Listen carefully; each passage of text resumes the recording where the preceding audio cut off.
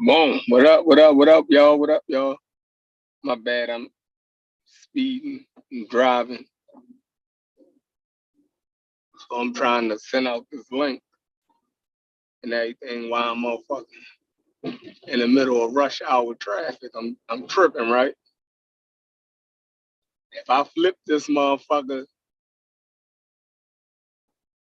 y'all got front row seats to my paralyzation.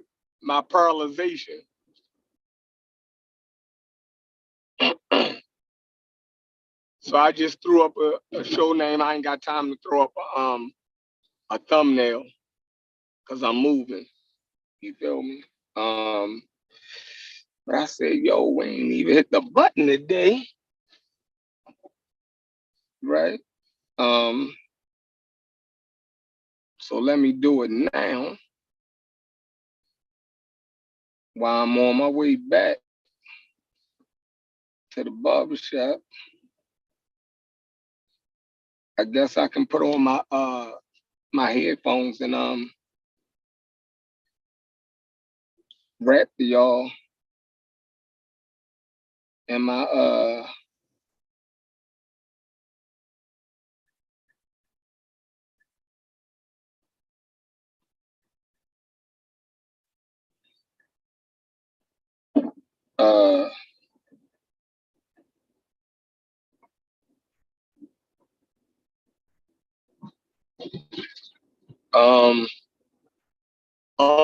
just hit me up. He got a show planned for the night at 8 o'clock.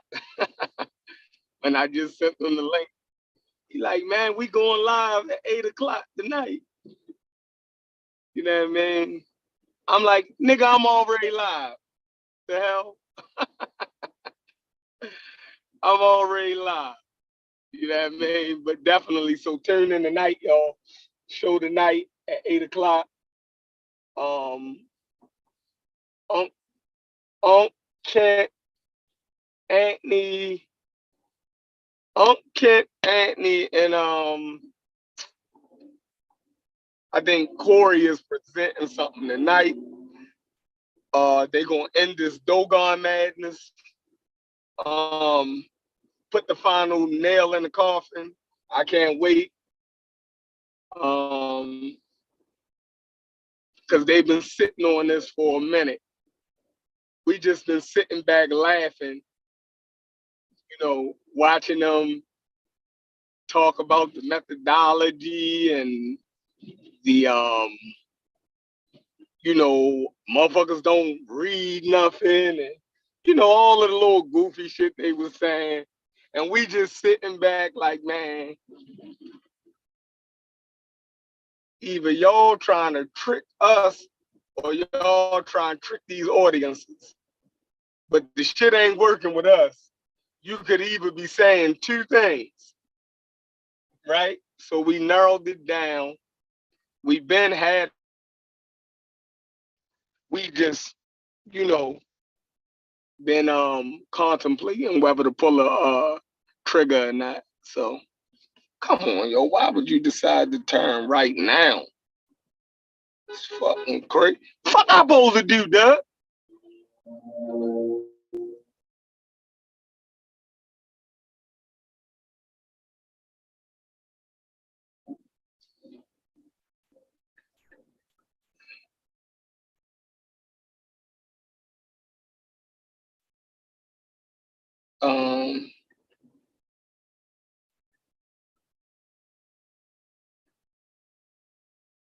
So let me see. This man is geeking.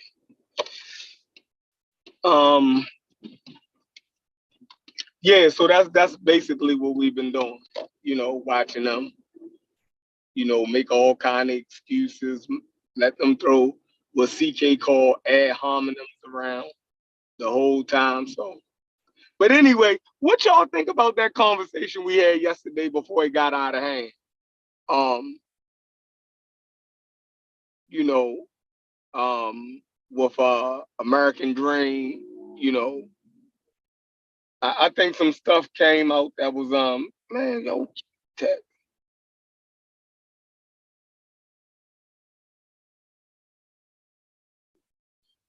what the hell? My bad, y'all. So yeah, what y'all think about it? You know what I mean? The show we had yesterday with American Dream, Haskell, Six Finger, um, my man Cedric. They had a real deep Caribbean um conversation, right? And there was some stuff I seen in that seemed like it was the underlying issue. Like I see Jamaicans and Caribbeans as African Americans because of how I grew up. I don't see the difference. Oh yeah, I know it's a difference in culture, but we came over on the same slave ships for the most part. You know what I mean? From the same places. So it's just the flavor is a little bit different. You know what I mean? Just like the flavor all over the United States is different. So, I don't have no problem with Caribbean people making their distinctions from US blacks. You know what I mean? Because there is some flavor difference. You know what I mean? Some uniqueness in, how we interacted with our slave masters. You dig what I'm saying? And the unique cultures that was born out of those interactions and those circumstances. So, you know, but for the most part, I see Caribbeans as African Americans. You know what I mean? Once they come over here, you know, once they have kids, their kids drop the accent is no difference. You feel? It's no difference. Um, but when they first come over here, the first generation, is the accent is what separate them from the rest of African Americans. But once they able to, pick up on the accent and drop their Caribbean accent, they just African Americans at the end of the day. They're gonna go through all of the same pressures that an African American go through. Phenotypically, there's no difference. You feel me? And America is driven off of phenotype for the most part. When racial discrimination and anything else is phenotypic driven. Cedric, what's up, bro? I'm good, Chef. Just listening to your build. Everything you said there was factually correct. And you don't even need to leave the Caribbean to drop the accent. Two of my kids go to a private American school, and if you listen to these two kids, they don't sound like they're from St. Martin. They don't sound like my children. Right. See? I tease them all the time. I'll be like, y'all sound like some Yankees. And y'all, you're from right, Semat? No, you sound like Yankees. So yeah. Once that accent goes, typically so socially, there's little distinction between the Caribbean and the African American. We all come from the same circumstances. I think the major distinction what you see on most Caribbean islands is that contrary to the United States, our colonial masters left. So most of these islands are governed by people that look like me, that arm me. Granted, the rule of law is still one that was imposed. It's European laws for a great part, but it is not that we have a white ruling class or that we got white cops. You know, it's more colonial time ended, and these Europeans got the hell up out of here, and they left us to our own devices. So that's the major distinction. Yeah, that's a fact. That's why in terms of like Jim Crow and racial discrimination and stuff like that, it's much less prevalent, much less in your face as an individual than in the US. What we got here is more state control, like measures imposed by the Netherlands and a bunch of regulations and hoops that we got to jump through as an independent, semi-independent country. But we have a relationship with the Netherlands.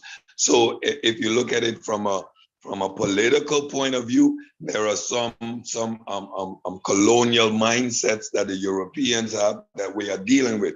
But on a day-to-day basis, we are not confronted with the same sort of discrimination because our slave masters, the colonial leaders, they got the hell up out of here. They gone. The king, he comes here every 6 or 7 years. Like, we do our own thing. So the discrimination factor is much less on a day-to-day basis.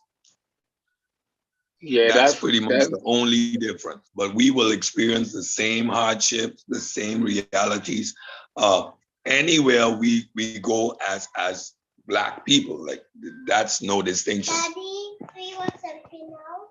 Yes, you can, Pumpkin.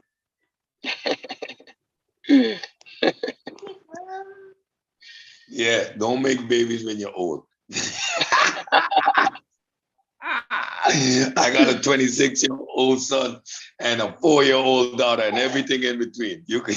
Dang. Dang, you starting over. Yeah, I've been busy. Ain't nothing wrong with that. Hell no. I'm proud of my babies. I put in that work. They're doing good. They're all doing good. I don't have any headaches. So I'm proud of my babies. But yeah, I'm babysitting a 4-year-old. She wants to watch mermaids. Yeah, they you know, the conversation yesterday was good because, you know, we got to see, you know, the Caribbean perspective, right? Yeah. Especially from the standpoint of, you know, second generation Caribbean Americans, right? That live in the US. Like, you know, your parents are your first teachers. So whatever your parents and them taught you is going to be in your mind. But then the actual fact of living amongst the people also going to weigh on you. So for me, Caribbean American, second generation Caribbean Americans, right? They got to weigh both sides. So it's a little bit, you know, different for them. And they walk a tightrope. I have a lot of relatives, like second generation Caribbeans that live in DC, live in New York, Miami. And we got a lot of family in the US. And they walk a fine line because they're still Caribbean in the US, but they're not necessarily Caribbean when they come down this side. Mm-hmm. Yeah, it's like they almost don't fit in anywhere.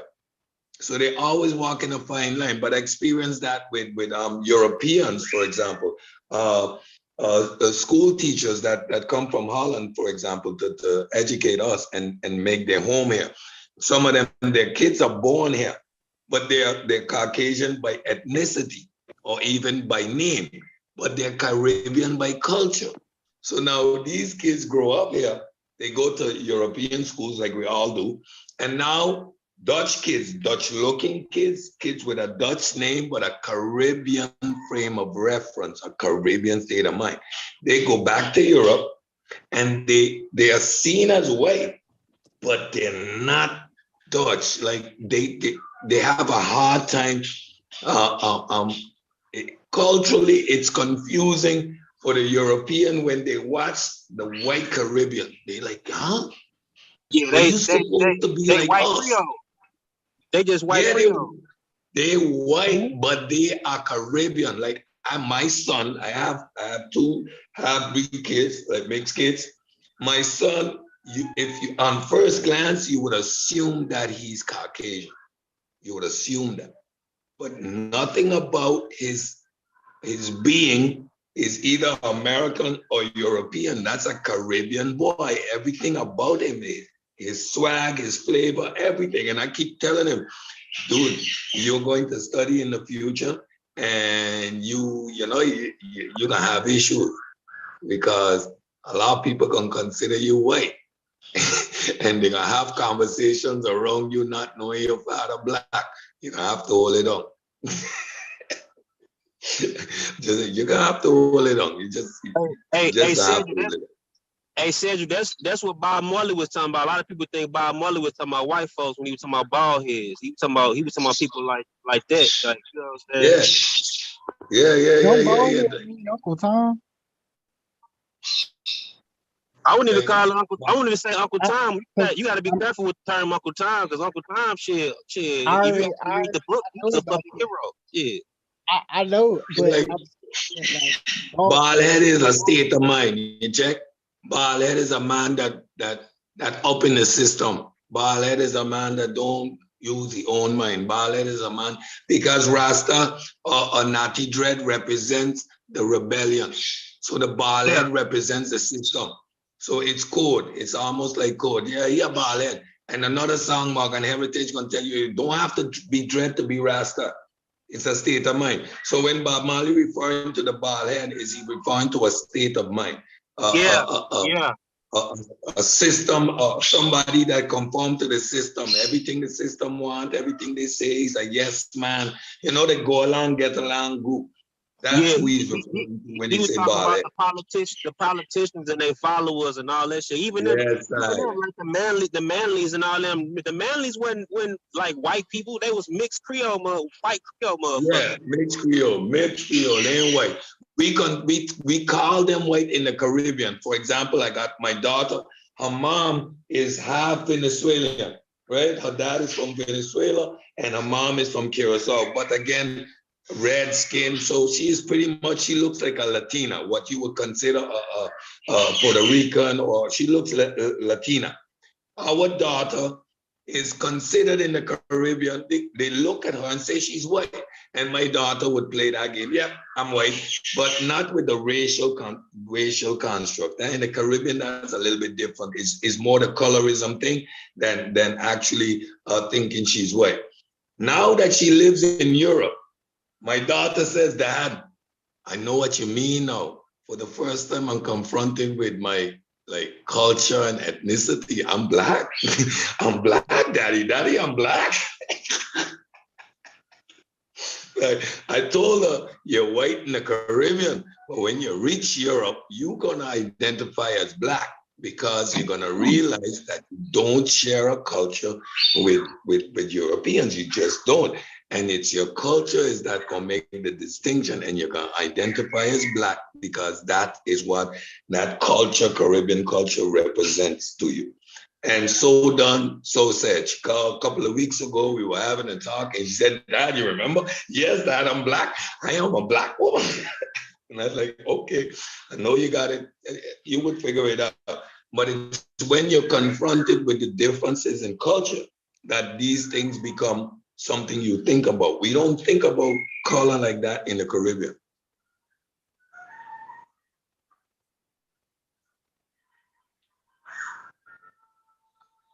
Radio silence for everybody. Oh, so y'all don't think about color in the Caribbean, but like, don't y'all have a serious colorism problem though? Like culturally though? Colorism, yes. But it is not that. How can I put it in context? Cause my professor, she had to leave St. Lucia. Yes. but not that she would not get a job or anything like that, but colorism plays a role, okay? For example, in high school, right? The most popular kids are usually the lighter skinned girls. All the guys wants the lighter skinned girls, and the darker skinned girls complain about that. That's changing. That's starting to change. Yeah, that colorism that's where is the starting to bleaching, go away. bleaching and all that But come from. it's not hardcore racism. Like you know what I mean? It's colorism, and it's on the surface. For example, there's a DJ on the island. He works for Shadyville Records, right? Outkast. You watch Outkast, you would call him Caucasian. Now, if you would ever call Outkast Caucasian to his face, you would have issues. He is from St. Martin, he's Caribbean, don't call me white. I am not white. Like Yeah, that's like I don't know. that's like some of the people in Trinidad and Guyana that's have like East Indian ancestry. Like you can't tell them they're not Caribbean. Like they like the Douglas and the Hindus from Guyana. You can't tell them they ain't Caribbean people, or like you can't, like no, you from East India. No, I'm not. I found the Caribbean, me got nothing to do with those people. They would tell you that. They like no, like nah, I from Guyana. I Guyanese. Me know what you're talking about. I Guyanese. And we have both Indians from India on the island and Indians from Guyana on the island, and you can see the difference. You can see the difference in the way they carry themselves. It's a cultural difference that makes them distinct. Right? And that's the nuance here. Yes, there is colorism, but at the same time, there ain't really that white black thing. Like, no. It's kind of, it's not, like I said, the fact that our colonial masters got the hell up out of here, we pretty much in control of everything. There's white, there's black, there's mixed. Those color lines are not drawn that hard. It is not a big deal to see a black guy with a white girl or a white girl with a black guy. They share the same culture, they dance the same music. There's really no difference in the way she sounds and the way he sounds. It's that whole color thing disappears because it's a cultural niche. But now we would recognize a black guy with an American girl, and that would stick out one time. Why? She's culturally distinct. Her behavior is going to be different than the white Caribbean girl. The white Caribbean girl is just as black as me. That's a mental thing, because the color is not what makes her different. It's that culture thing. That one there, she dance soca like me. So she white here, but she one of us. I don't know if you get the idea. Like, but that white girl there, she from France. She only like techno music. She don't dance no soca. She don't sound like her. She a white girl. It is very strange, but I understand that culture is what makes that distinction. It is the weirdest thing.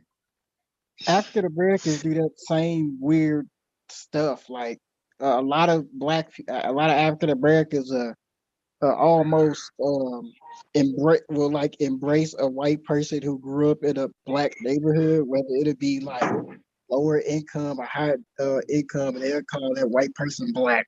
So it's you see, because strange. when you hear black in that context, what is black? Black is a cultural identity that we share, and not necessarily a phenotype. That's what I was explaining with my daughter. She now says she's black. Why? Because she recognizes that she has a different culture from the European. So I'm Caribbean in my ways, in my thinking, in the music, in my food, everything. This is what makes me other. And that other I recognize as Black. Not necessarily having to do so much with her skin color, but with a culture that she identifies with. That's because too, if you look up, like if you look at history, you know what I'm saying, all of like early colonial America, all of Americas was Latin America. Yep. When the British came, interrupted them, like an Anglophone sort of. Even though they was mixing in themselves, they was holding on to their Anglo identity. You know what I'm saying? It kind of affected the, you know what I'm saying, the system that was going. Even like if you look at after the Louisiana Purchase, you know what I'm saying, everything east of the Mississippi was Latin America still. You had, you know, French, all that, you know, French was, you know, French and Latin, they still Latin Americans.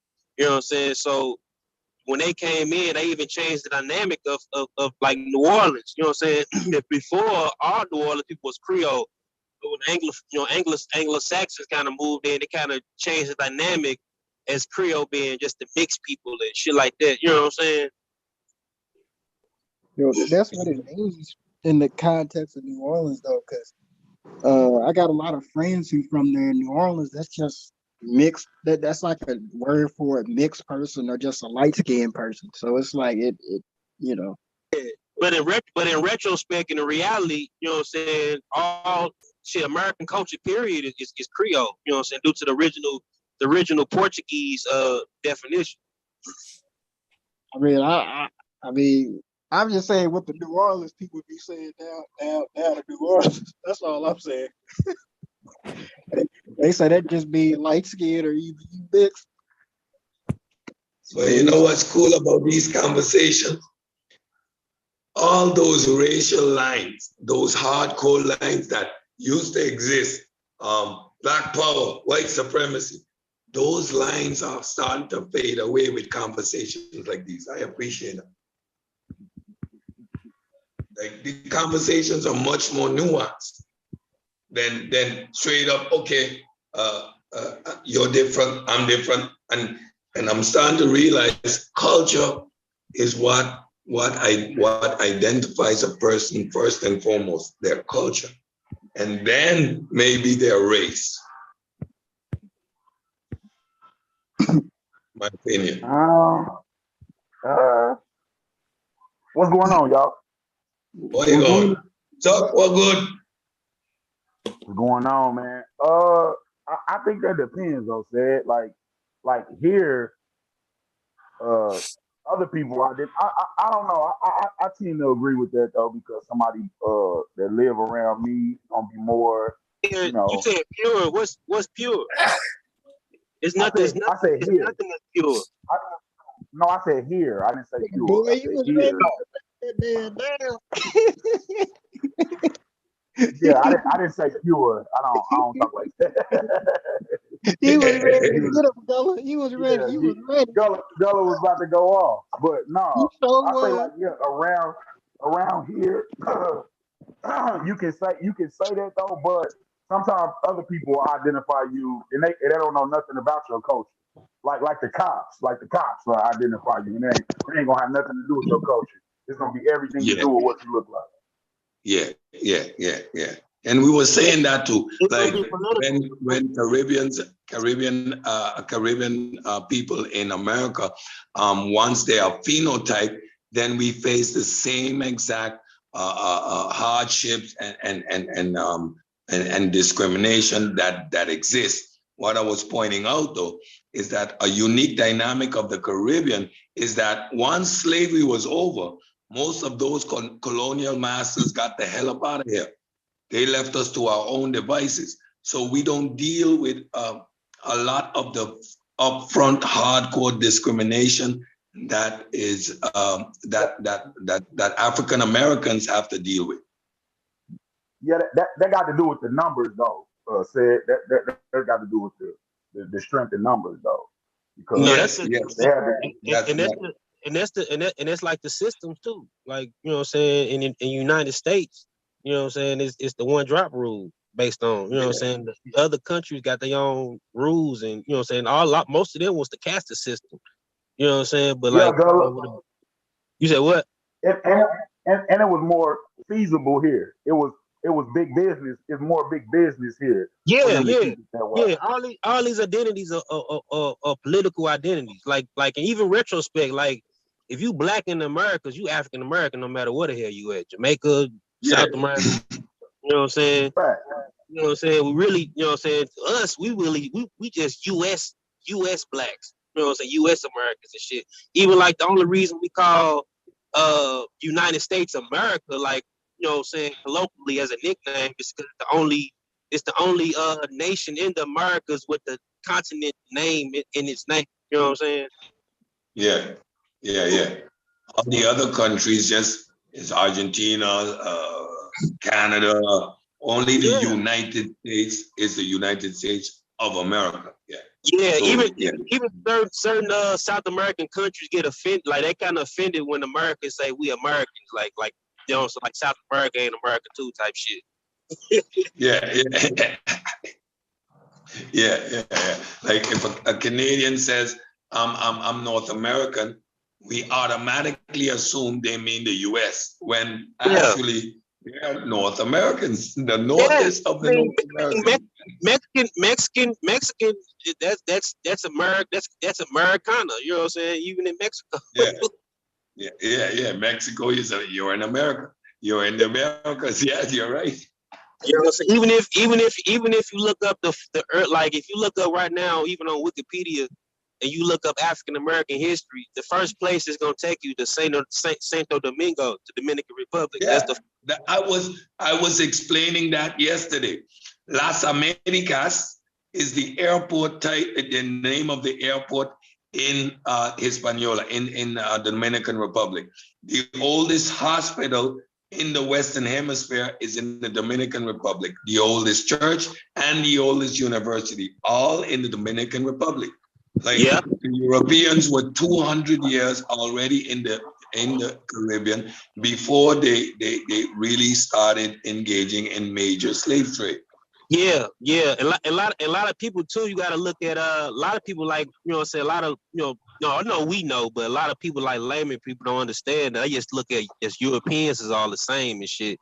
You got different waves of different cultures and different kingdoms coming in. You know what I'm saying? Like when you had the Spanish or Portuguese regime, and then a little bit after that, you had the Dutch and the French coming in. Then the English was fucking last. Like they the last people. Like shit. Even before, even like doing like what the 13 Years Wars and all that shit that they fantasize about on the Pirates of the Caribbean and shit. You know what I'm saying?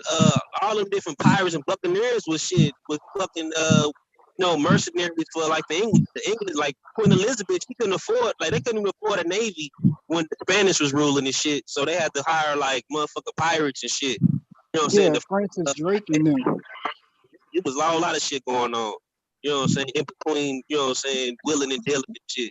Even the dollar sign. The dollar sign is the S on the dollar sign. It represents the Spanish seal. You know what I'm saying? I agree with you totally about the slaves. Before the English came, like in Jamaica and in a lot of Caribbean countries, those were occupied by the French and the Spanish before the English came and dominated the Caribbean. The first English governor of Jamaica was a pirate. Yeah, Right. Captain Morgan. Sir, refer to the man as his proper name. He is Sir Henry Morgan.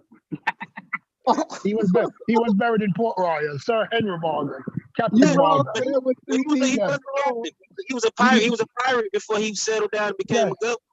Listen, he got knighthood. But this is what I was saying. Is that the English introduced slavery to the New World as we know it coming forward. Yes, the English was the one who introduced slavery in the Caribbean with that level of brutality, and in the Americas with that level of brutality. You said the English brought slavery first? No, the English brought the level of slavery as you know it now. Oh yeah. They brought slavery that was in Cuba, a Spanish colony. The Spanish slavery is different than the Portuguese slavery and the English slavery. Oh yeah, Slavery yeah, is you're right. wrong all around, but if you look at the mass influx of slaves only occurs in Spanish, in English and Portuguese territories. Spain never had that level of slavery. Never had that level of slavery. Never, because what England realized is that slavery was making them very rich. If you go and look for before and after pictures of English cities like Liverpool before slavery and after slavery, you realize how much of an economic impact it had. So they love the money. It was because they was robbing the Spanish and shit. They was robbing the Spanish for gold and all that shit, all that treasures and all that shit, them pirate stories. You know what I'm saying? They was calling shit. The English was even calling motherfucking the Spanish pirates, even though they was a legit kingdom and shit. If you look up the history of they call it the legend. Look, you Let look me up the tell you Spanish how far it goes. We got schools in Curacao named after pirates, Peter Stuyvesant and Piet Hein, these Dutch pirates. We were taught that these were heroes because, again, we get colonial history. So I got a lot of European history. I got a lot of South American history because of the conquistadors and stuff like that. So a lot of European history. Look, we were taught that these pirates, scum of the earth, right? Crooks, robbers, and thieves were heroes to the point that we got schools named after these people. Yeah, just like the Confederate heroes here in the United States. Yeah, when you think about it, right, these people got some audacity, right? The European teach us that Piet Hein and these fellas were heroes to the point that we got schools named after crooks. Wow, that's wild. I tell you, this shit crazy, yo. This shit crazy. Especially the Dutch. The Dutch are the most arrogant of the bunch. And these guys gone South Africa and decide that their Dutch language is Afrikaans.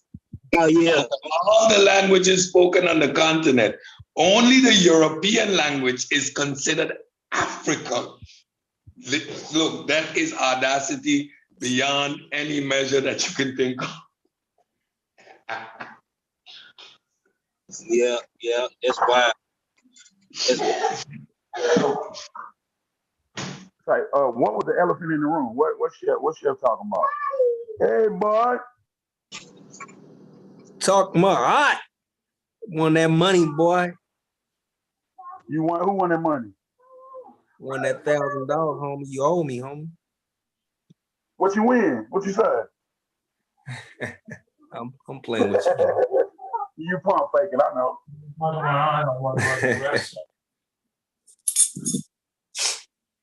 Hey, Stoopy.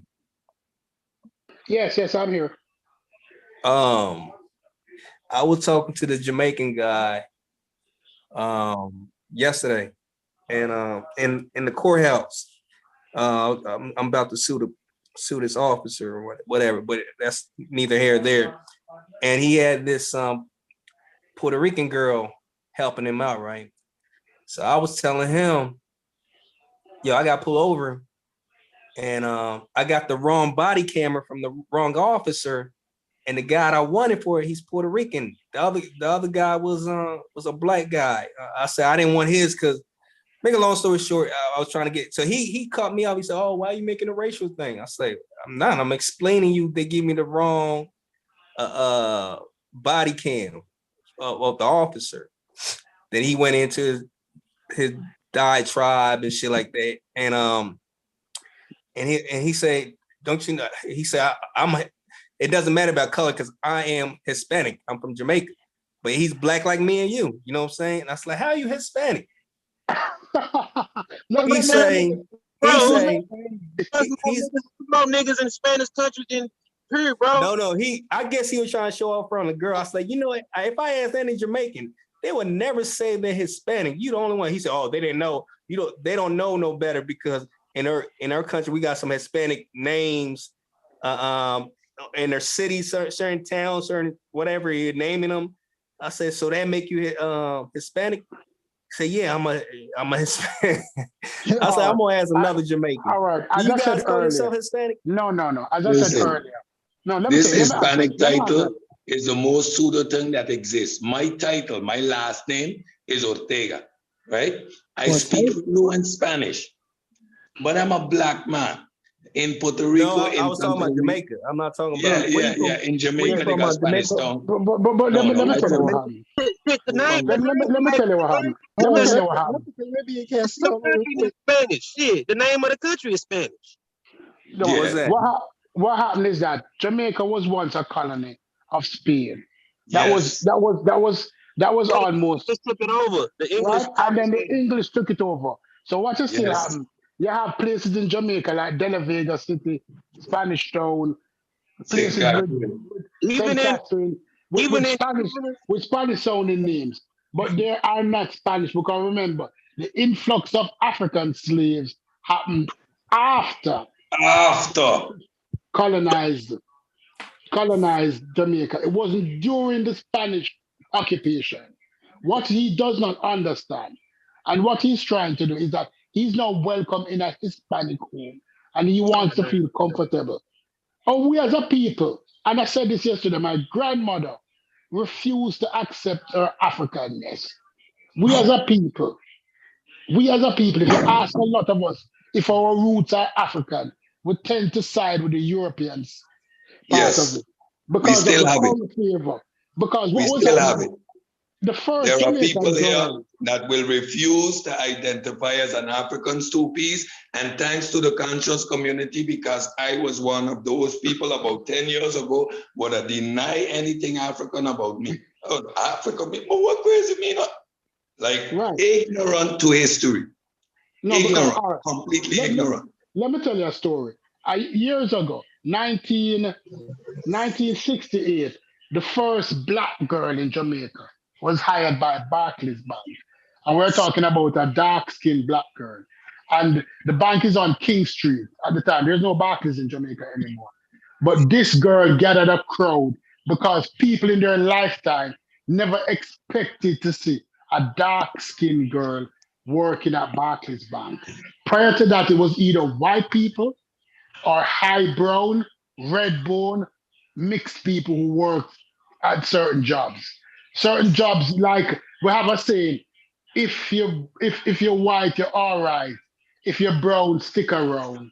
But if you're black, go to the back. It's in the 70s and 80s, you started having black people in prominent positions. So people used to feel that the lighter your complexion, the better person you are. It's the colonizers brainwashing. We're light-skinned people.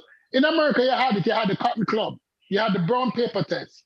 If the brown bag test, if your skin wasn't lighter than the brown paper bag, a lot of doors weren't open for you. It's the same way in the Caribbean. Lighter skinned people in the Caribbean, it's almost as if it is expected that they'll have better position.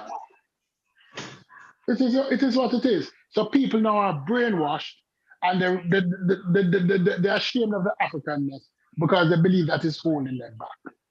yeah, yeah, yeah. Yeah. Those are all facts to peace. I can't deny not one word you say. Is It it, is gradually it, is it that way? changing. Is it that It way in gradually America? changing. It Is light gradually skin changing, but it's a fact. It's a is fact. light skin is a lighter skinned black person in America Or given the better hair, preferential treatment or the coolie hair. Coolie hair. The to the coolie hair. Americans? Can I ask a question?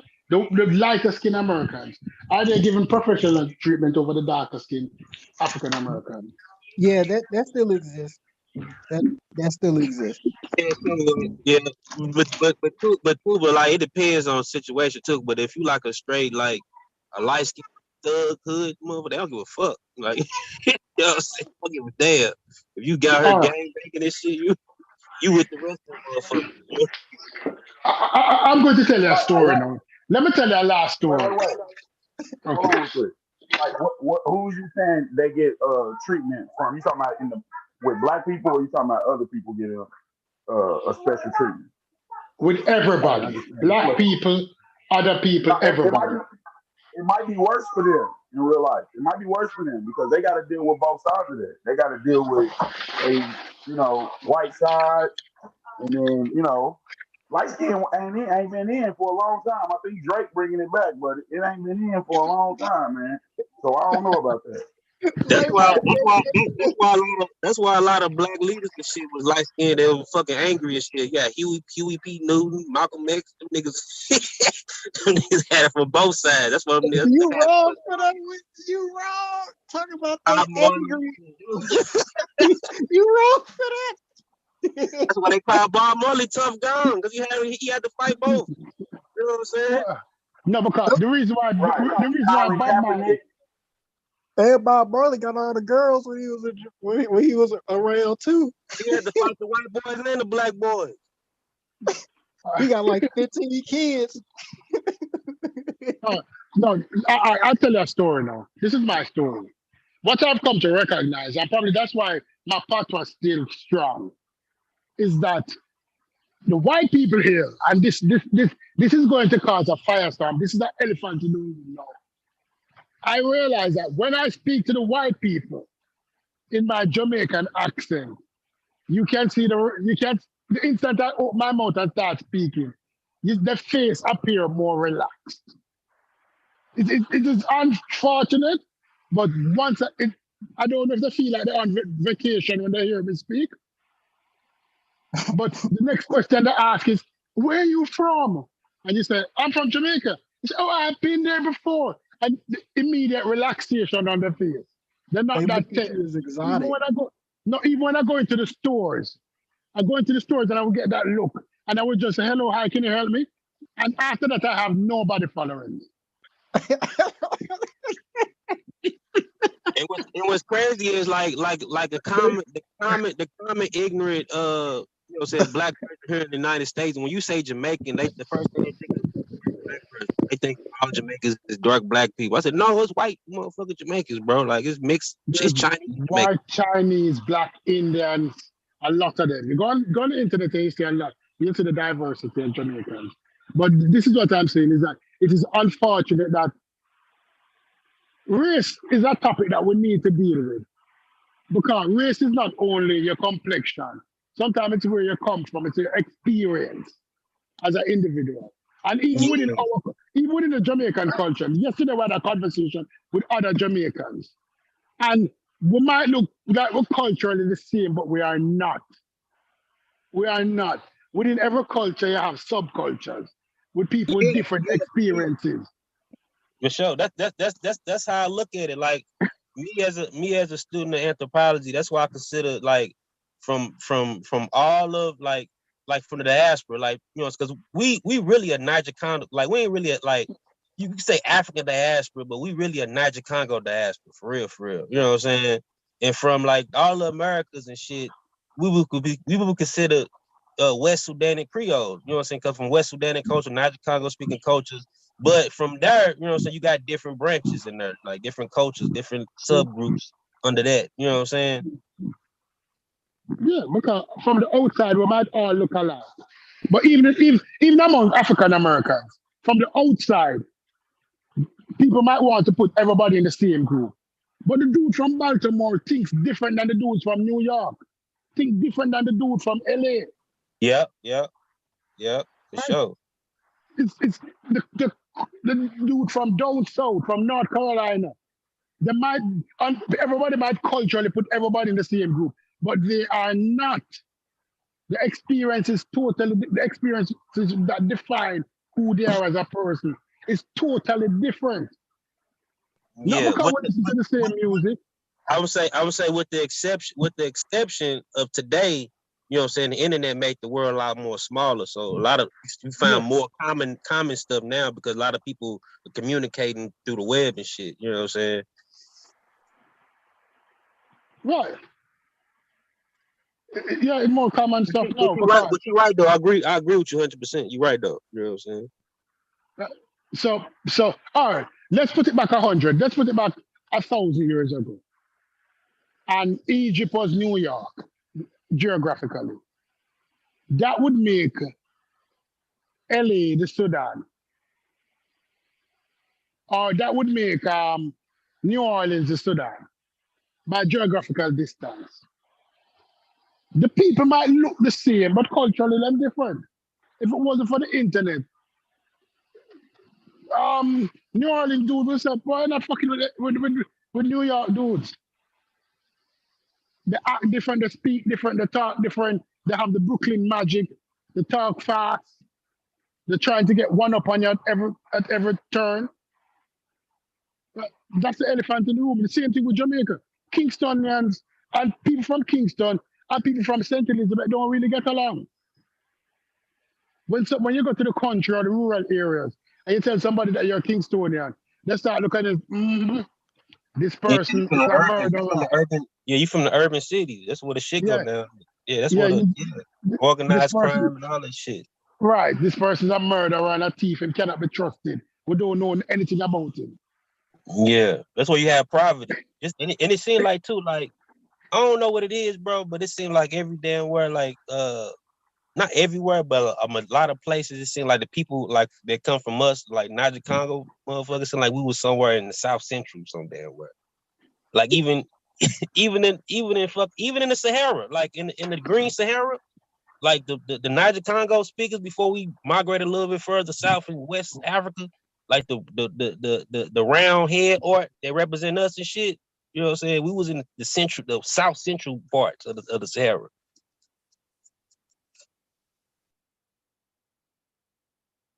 That is so true. Well, but one thing I'm happy about with the internet is that it brings us together. That we realize that although we might have differences, what we have in common is far greater than what our differences are, and we just need to overcome them. Yeah, I'm thankful for the internet too, to be honest, because like I found out there's like a whole new, community of people who think like me, like, like people like, the pseudo killers and you get to find with the internet, you get to find people who share the same interests as you and stuff. And it's really amazing. Like I wouldn't have been able to most recently, I wouldn't have been able to interview Dana Reynolds Marnisha and Robert Walker together. That was a huge achievement for me. But Oh yeah, you had a whole shoot. I ain't gonna say nothing, but you had a whole roller coaster. I sure did, man. I was letting her talk, man, because she's cute, bro. I had to I'm like, all right, she attractive. I'm just gonna let her keep talking.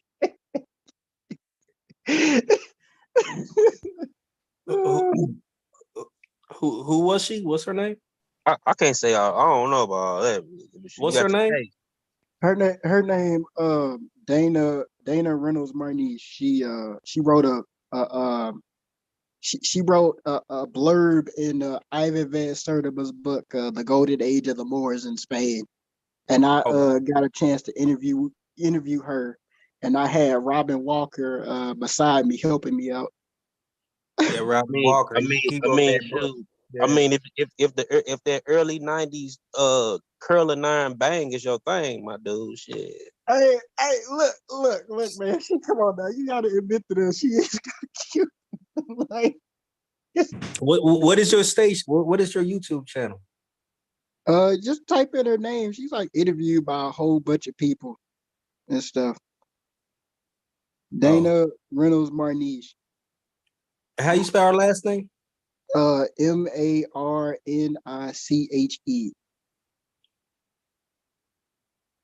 Okay. Oh, how was Robin Walker? Was he cool? Was he nice? Robin is a cool cat. Like me and him, from England, right? From England. Yeah, me and him, we like talk all the time and stuff. It's real cool. Like, that's what's up.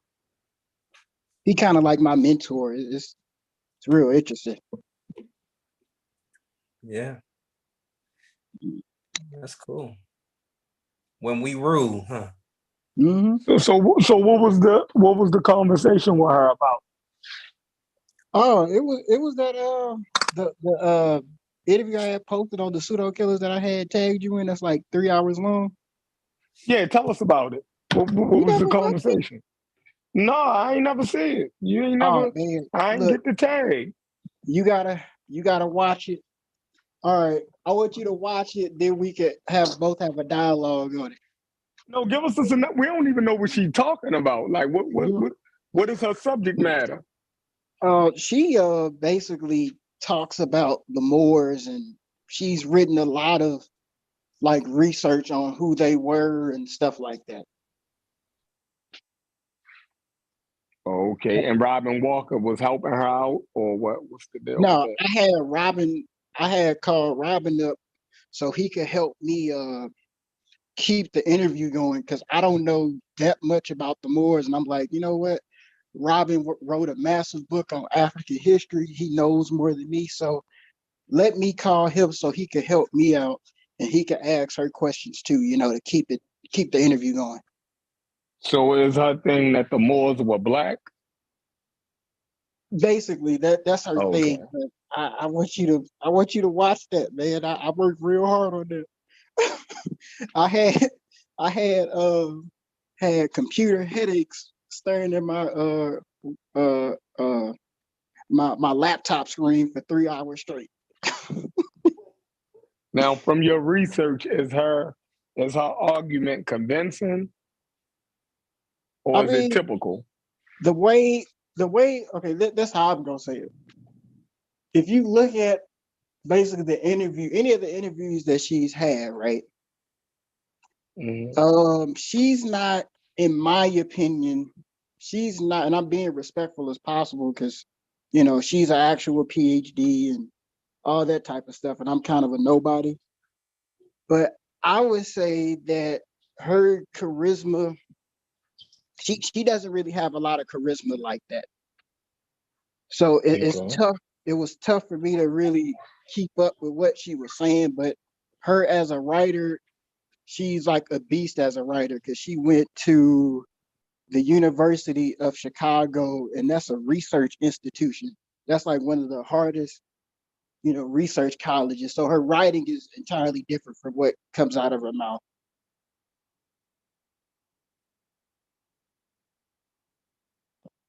Okay, You she heard me? write better than she talk. Yep. Okay. Yeah, she like to give you a She's a clear like, better writer than she is a speaker. yep, like W.B. Du She Bois. can write. She can write her point better than she can articulate it. Mm-hmm. Okay. Oh man, you cutting the heads, man. Yes, sir. If I ever go down to Baltimore, how much would it cost me to get a ball fade if I came up to your shop? $50. Yeah, about $50. 50? Yeah. Where the hell What? you live at? I live I live in Missouri, man. My barber, he be charging like $25. Oh, that's Oh awesome. You man. need to stick with him. Oh man, $50? Oh snap. So You need to get your barber a raise. you probably the best. You probably the best barber in the world. $50. Yeah, I definitely got to go up there. I definitely got to go up and patronize your establishment, man. But how much you pay for a haircut now? A haircut here is like 35, and then your tip, and so about $45, $50. $35? What? Oh man.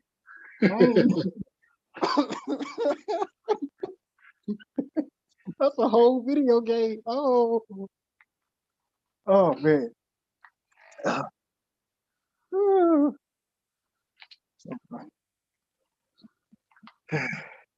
Yeah,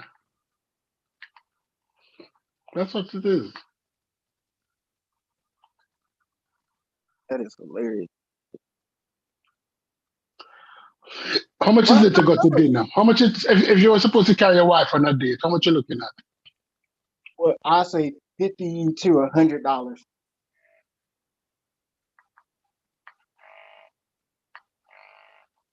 You heard me? $50 to $100. Yep. And if that's like my girlfriend, like $50 to $100. $50 and $100 is also, if I'm spending $50 to $100 on a date with a girl, you know, if I take it a Longhorn or something, you know, that $50 to $100 is gonna go towards somewhere. Like, there gotta be a part two. Like, I just can't. I can't just drop you off. Drop you off at your house. Like, something else. We're not going to talk anymore. You're young, so I understand. You need to come here.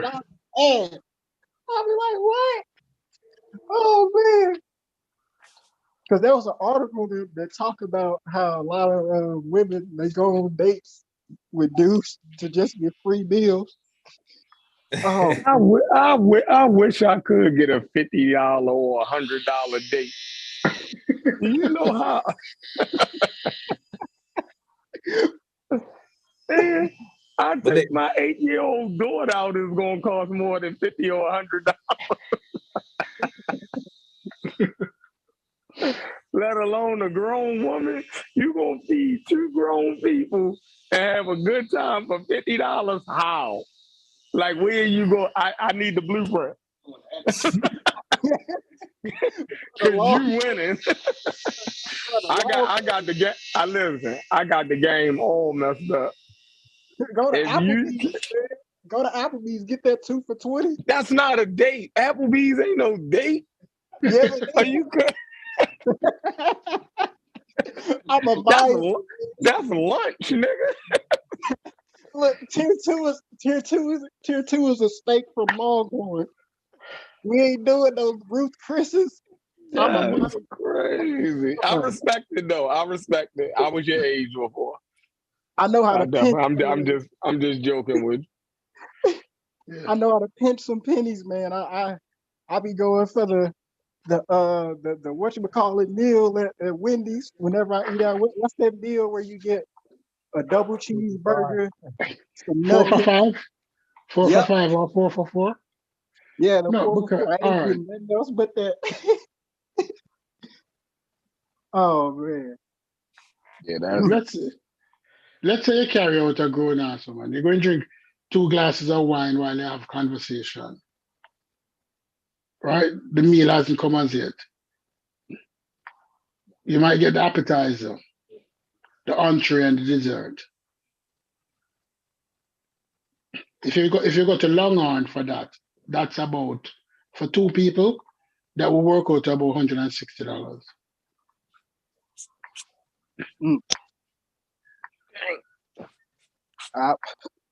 It depends on who this girl is. Like it really depends.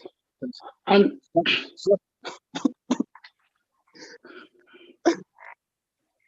oh yeah, that's crazy. I mean, well, the price is different everywhere you go. Like, I guess, you know, here a haircut mean more than probably other places. Like, that's a central part of your whole outfit, and anything that you got going on here, your hair is definitely a part of you. So if you pay $300 for a pair of shoes to go out in, is nothing to pay $50 to get a haircut. Your outfit ain't gonna be complete without the haircut. So, right. You know, you'll pay $30, you'll pay $300 for a pair of shoes for your outfit, but want to pay $15 for a haircut. That your haircut should look like $15 if you paid $15 for it. No, that's what I'm saying. But some of us, we still live, like me, I'm 43. We still live in the 80s, early 90s, where haircut like $5.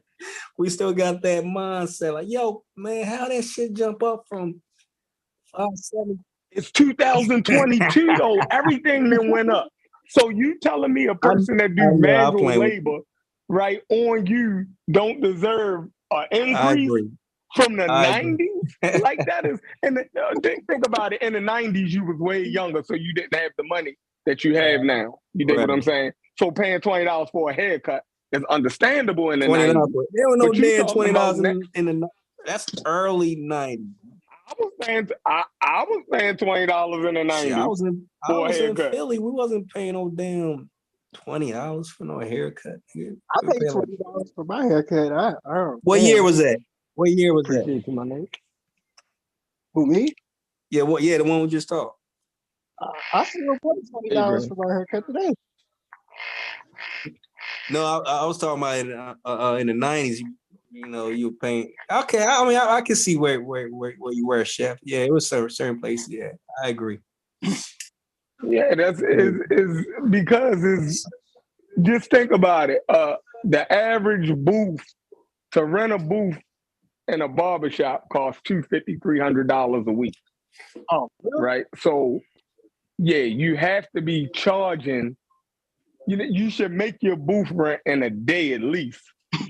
You feel me? Like one day should be your booth rent. The rest of the days should be your money. If it's not working like that, you hustling backwards. So if you're paying $300 a week to rent a chair in somebody's barbershop, you know what I mean, and you only charging $20, hey, you killing yourself. You know, you killing yourself. My problem, chef, is this. When you go to the barber for $50, the barber want to spend whole fucking day in my head. I do not definitely, like that. definitely. You get you can get your my dude. You get your hair washed. You dig what I'm saying? Yeah, I you don't like whole treatment from me. Yeah, but I don't like spending all day in the barber chair. I want to be in and out. But the barber wants to spend whole day. How long should a barber shop haircut be, Stoopy? 15 minutes. 15 minutes. Just no damn 15 minutes. And that's a thank you. No, a haircut should at least take 40 minutes, yo. 40 Yo. minutes, block out an hour. You gotta at least block out an hour, yo. That's crazy. On a grown man, hair and face, somebody only spent 15 minutes on you. That's disrespectful. So it's like all day sit down in the chair and the bar and the conversation and the up and then your head and that and you said, Jesus, Father, hurry up. So no man, you need to look good. No, You look, know, this money. I got a bed wash system, right? Where I wash your bed, take care of that shit for you. So yeah, you pose a charge for that. You get your whole grooming service. Why wouldn't you want that? That's crazy. Hey, chef. Yeah. I visited my girlfriend country in Tanzania, right? I had a facial to wash my scalp, my hair, to put those nasty ass Vaseline on my lip for $3, nigga. $3. $3? $3, all that shit, nigga. But I give him a little tip. I give him an extra $4, man. You know what I'm saying? $4 or $5. That was $7-8 I did, man. Tanzania. Man. Yo, they can cut though. They got brothers who was nice. Man, people getting cut everywhere, man. You'd be surprised. Everybody know how to groom themselves and their people, yo. So it's the Chinese, you know Chinese in Philly, Chinese, when they cut your hair, they be brushing it too while they using the clippers. Like, yo, what the fuck you doing?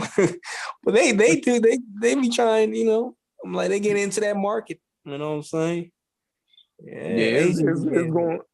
I ain't letting no Asian cut my hair. That's crazy. Yo, you know what the sad part? I came to Jersey.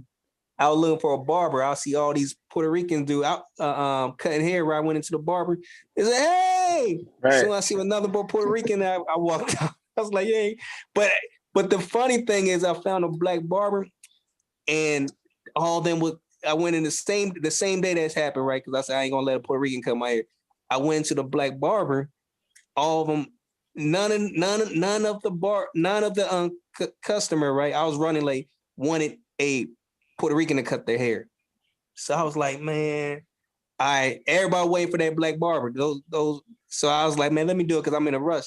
Yo, the guy did a good job. I ain't gonna lie. The Puerto Rican dude, he cut it nice. I was like, oh shit. That damn stereotype.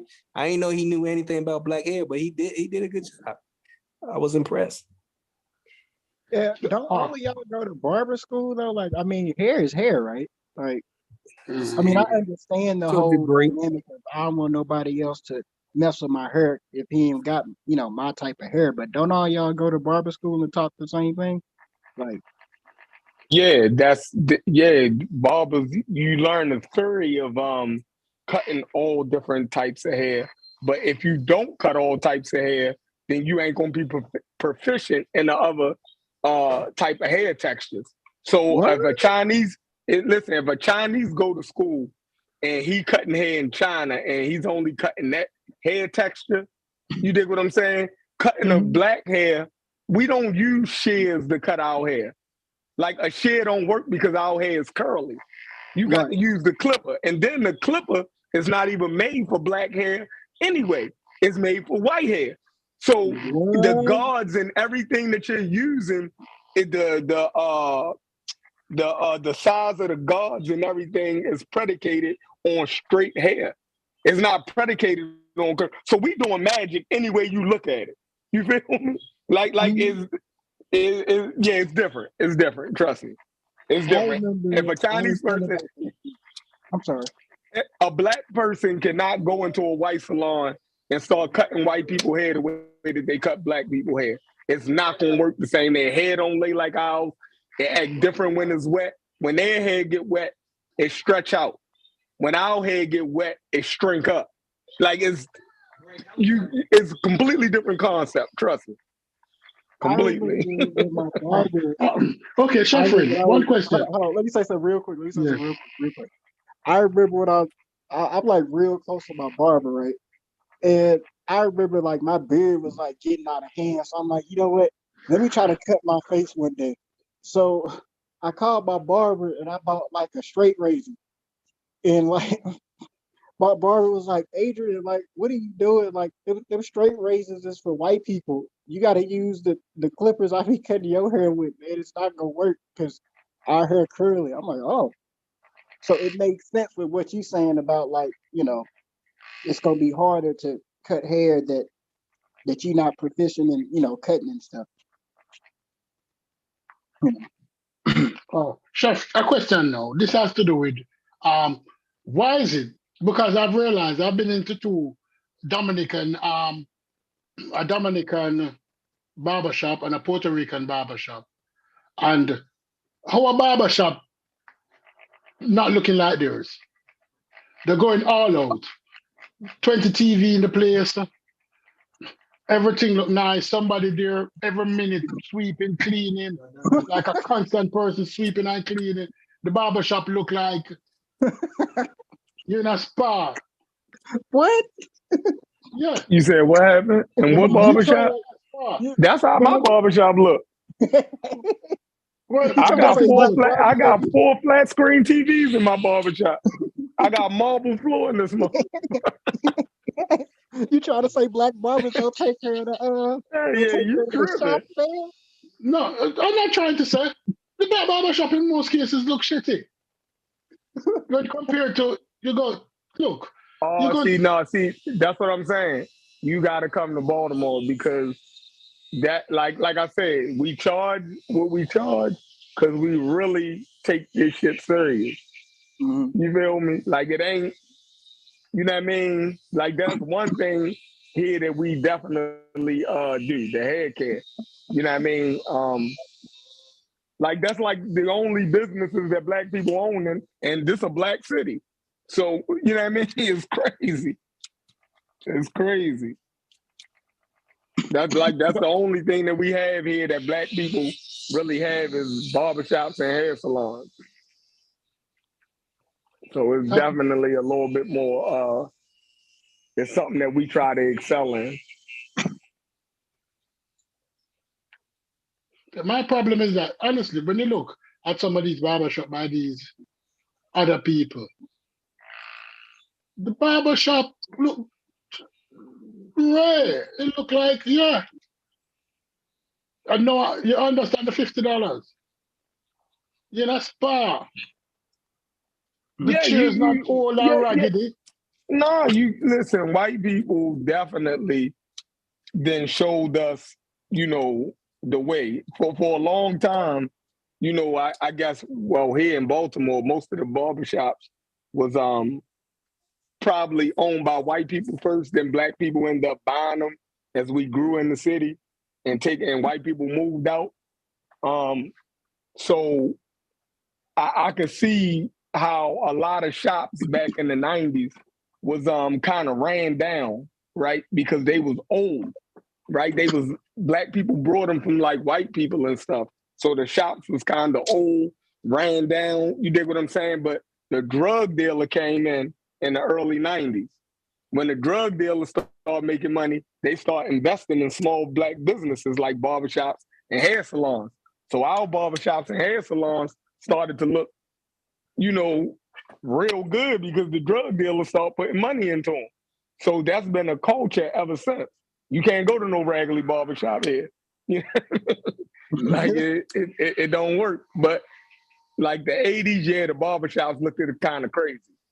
Because like I said, it was older people, but when that new generation of drug money, came in the late 80s, early 90s, yeah, barbershops went to the next level. Drug money put a lot of stuff on the map. You know what I mean? So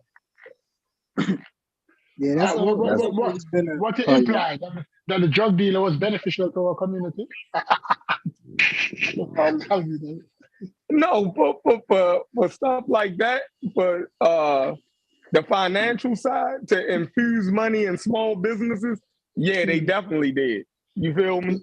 Now It they wasn't. fucked up our communities, but certain small businesses definitely profited off of drug money.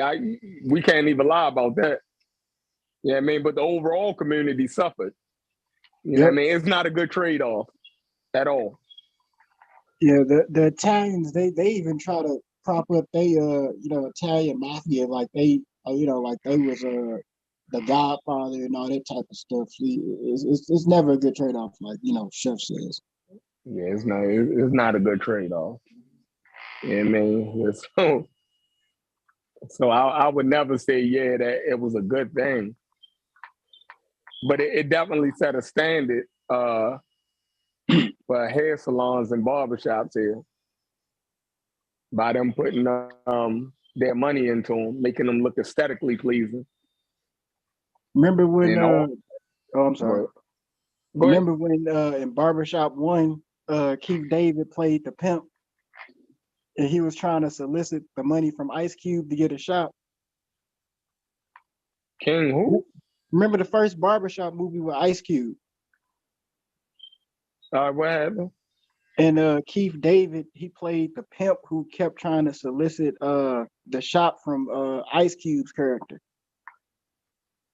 Oh yeah. The old dude. Yep.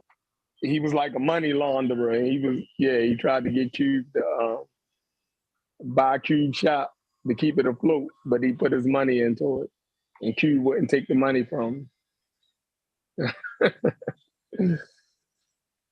Hell yeah. But I definitely gotta check out your interview with you said you tagged me to it, but I never seen it. All right, I'm gonna do it again. Yeah, I never seen it because I definitely want to hear her take on it.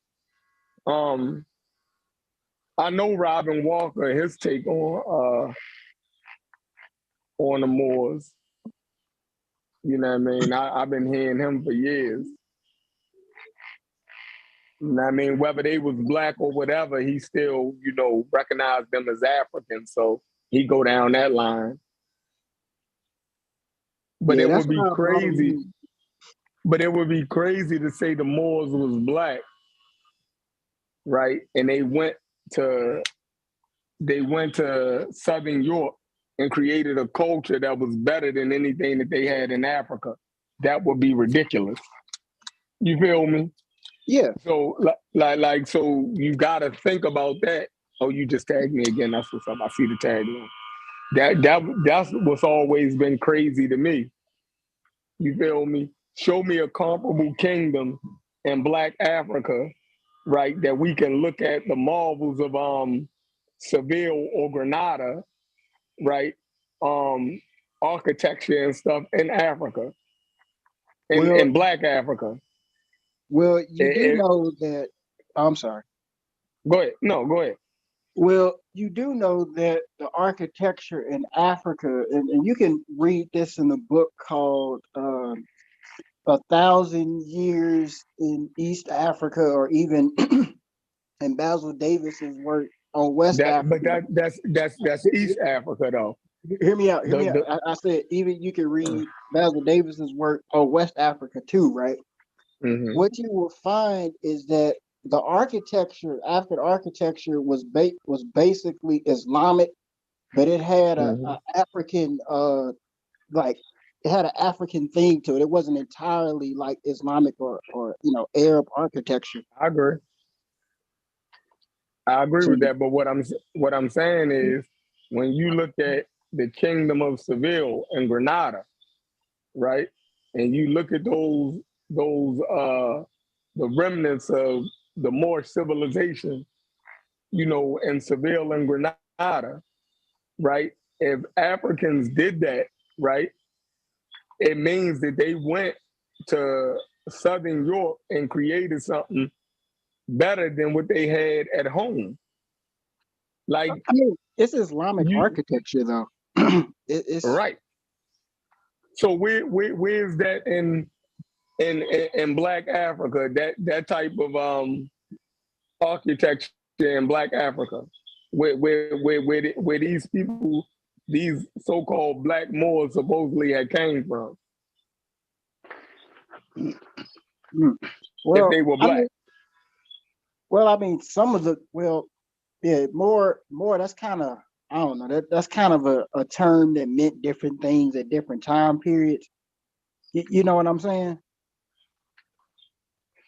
Who formulated the word Moor? Who first came up with it?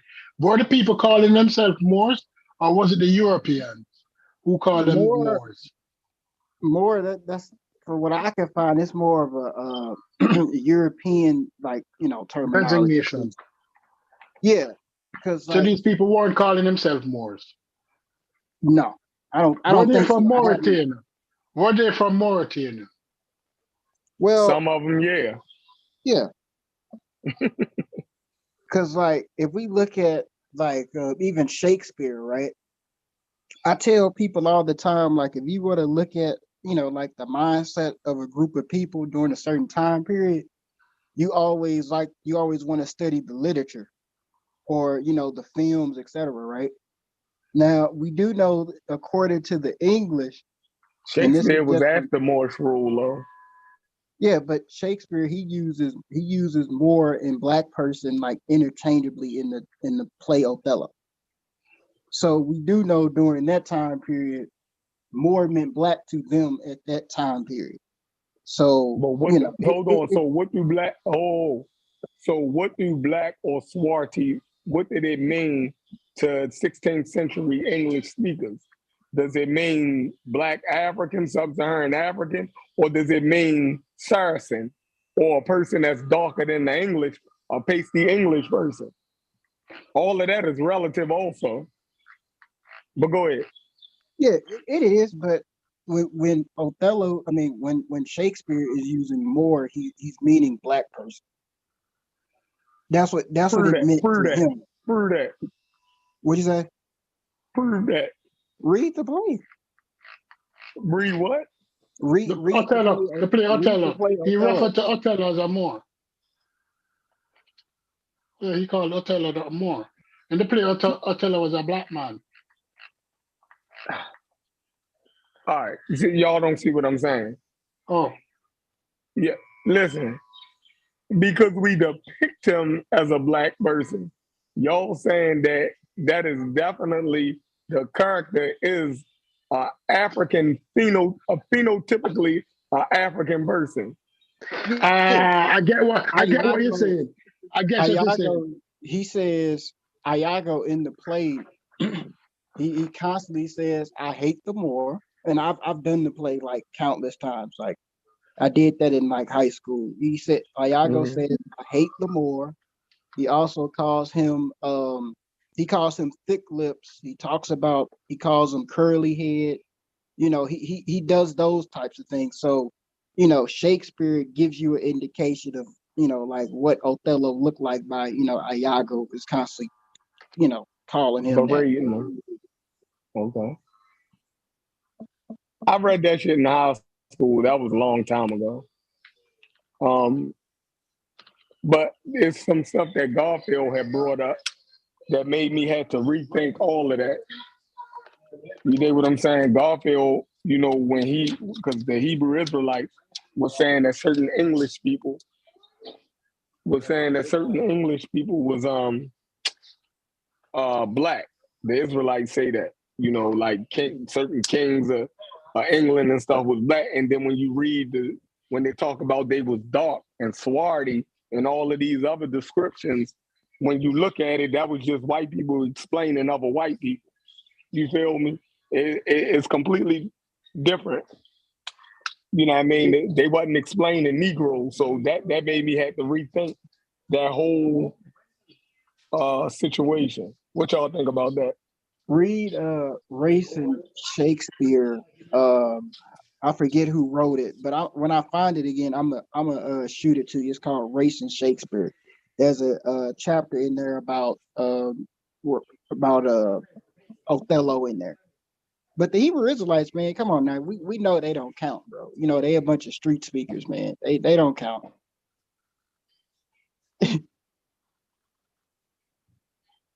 You get what I'm saying, Shell? Yeah, I definitely get what you're saying. I'm saying Garfield take on it is I wish he was here so he could explain it. He could explain it better than I could. Yeah, no, Garfield used that when the English use black to describe themselves or swarthy, they're not talking about the complexion of the skin. They're not talking about a black person like an African person. That's what Garfield said. Because they use it has been used with many people, and those persons aren't black. As I said, it's culture within culture. Because if you're darker to them, because people would say, I've read books and watched movies where they said, oh, the Italians are exotic, they have darker skin, or the French have a darker complexion. But to a black person looking at a French and an English person, it is not significant. It wouldn't be significant to say, what you mean by this person is darker than this person? Yeah, because the Italians were considered, the Italians were considered black to the Europeans until they start getting more exposure to the Africans. Exactly. So I mean, I would have to read it to properly, look at it. But I until Garfield broke that shit down to me, I was thinking just like Adrian. You know what I mean? Until he went into English literature and showed, that they were actually talking about their own people. It wasn't even, you know what I mean? Because in 1605, when that play was written, what populations of Africans was actually in England at that time? In 15, yeah. What population of black people was in England? What population of Africans was in England? And chances are he could have looked like an Arab. He could have looked like somebody from Libya. Because it was people of Northern Africa who was battling for Cyprus at the time. So we can't, unless there was a drawing of the time of Othello. I mean, every Moor that I've seen in being dedicated when Europeans drew the black people that came with the Arab or the Moors, they was always the servants or something like that. You know what I mean? Like even in their artwork, they always had the black person. They always he gotta go too. Go ahead. He if you look at the artwork, even like if you look up Blackamoor is some jewelry. We thought that was actually people coming from studying in the 90s, but when you look it up, Blackamoor is is jewelry and figurines of black people being servants and stuff in Europe. It's crazy. Okay, But, let me. but All right. when the black girl was getting married to the prince, one of the princesses or one of the duchesses wore a piece of jewelry that a lot of people found offensive of a black princess or something like that. But we don't know how old that jewelry was. And then we don't have much images of the ruling class of Spain during the occupation of Moors because they were Muslim. They didn't really paint themselves. Didn't really have depictions of themselves. Well, Mm. we do have some primary source documents that talk about what the like Saracens look like. I recommend you read a poem. It's called "The Song of Roland." Like we do have certain depictions of like what they look like, and But it's who wrote the poem? Who wrote the poem? The Song of Roland was written, I think, by a European. That's a problem because how you describe me might be totally different than how I describe myself. When I look in the mirror, I see a handsome man. I see somebody who's slightly chubby, who if I walk 2 steps, I might lose the weight. But when you look at me, you see a fat fuck. I mean, You but understand? it's still a primary source document though. Like No, but it, it's who it is primary, but it's who did the description. You understand? If Sheffrin is asked, if I look at Sheffrin and say, let us write a paragraph describing you, Sheffrin. You write one Mhm. and I write one. Sheffrin paragraph will look totally different than mine. In Sheff in Sheffrin mind, not in his eyes, because your mind interpret what your eyes see. In Sheffrin mind, him is a Denzel Washington fucking looking nigga. In my eye, it's in Washington. That's yeah, funny. it's because he never have the time, he never go to Hollywood. In his mind. But in my mind, what is ugly motherfucker talking about? And I will say this, Adrian, I definitely know that it was black people in Southern Europe that came with the Moors. If you think I'm saying that they didn't take a contingency, a Oh large no. contingency of what we call black people into Southern Europe, you know what I mean, with them, then, you know what I mean, you mistaken me. And if Oh no. anybody in the chat think I'm saying that, then y'all tripping. I'm not Oh saying no. that I didn't say black that at people did all. not go into Southern Europe. Uh, Oh, with I'm that not. invading force, that Muslim, you know what I mean? They definitely took black people with them in the Oh, military, as service, everything from, you know what I mean? oh. I'm not But saying. I'm not right. saying that at all. I was about to basically say what you just said about the Arabs using Africans as mercenary soldiers going into Mm-hmm. space.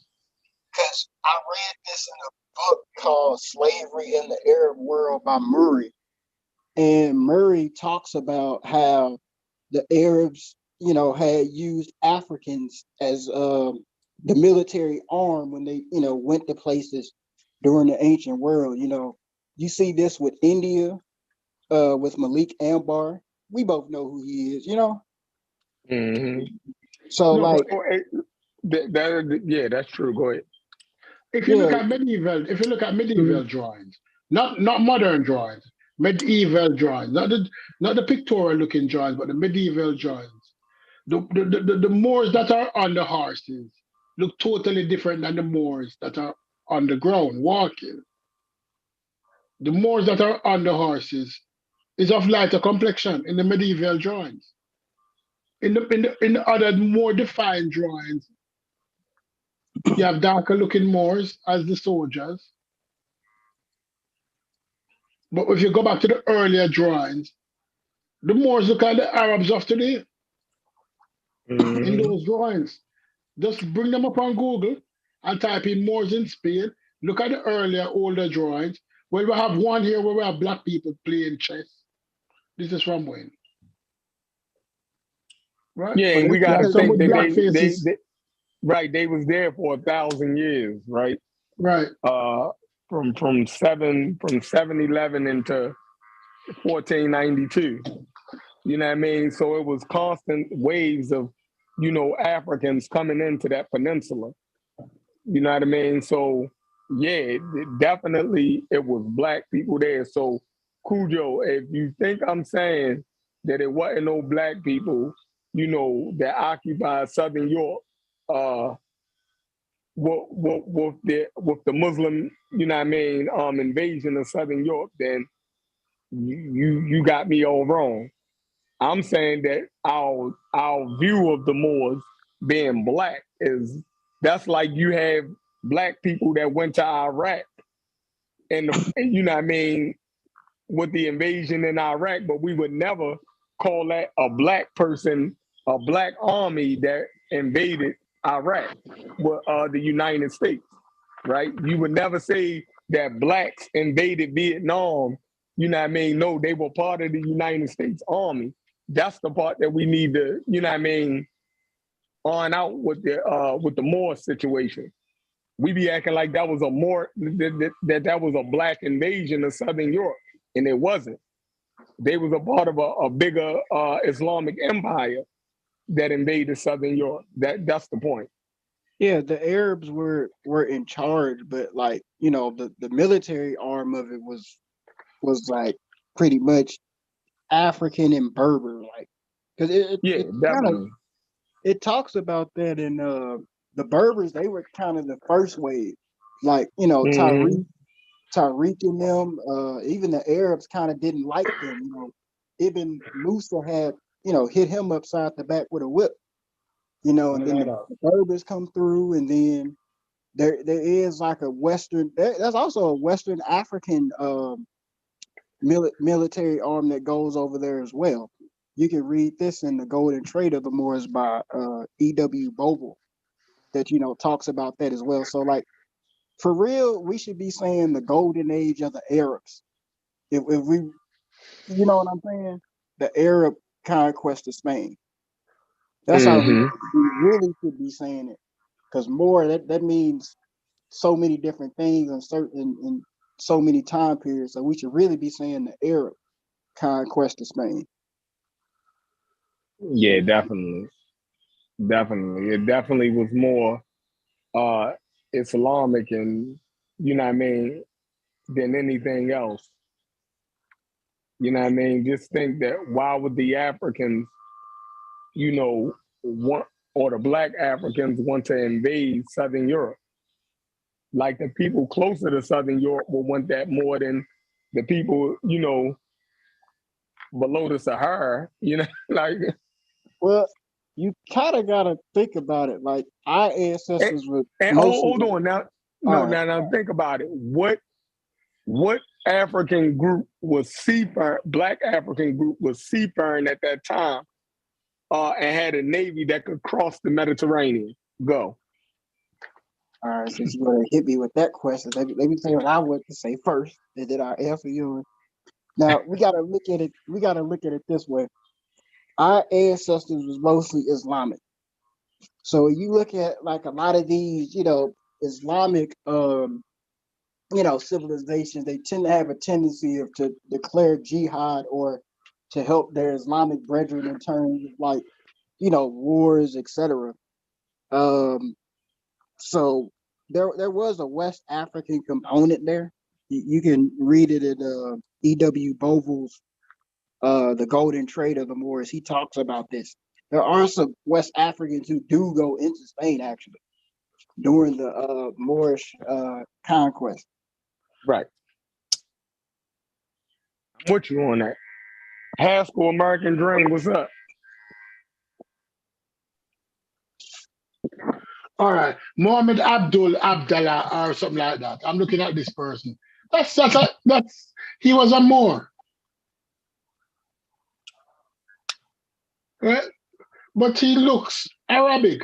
But the thing about it is that most of the reinforcement from Spain, from Africa to Spain, was coming across Gibraltar. Mm. right? That's like a 70 mile at the Yeah, that's smallest point. nothing. At the smallest point, the crossing is like 5 miles. At the smallest point, 8 miles. I mean, 8 to 9 miles. 8 to 9 miles is nothing. Nothing. Between Spain and Africa is nothing. Meaning that it, if you're rowing, just rowing, it's 2 hours to cross that on a rowboat. Dang.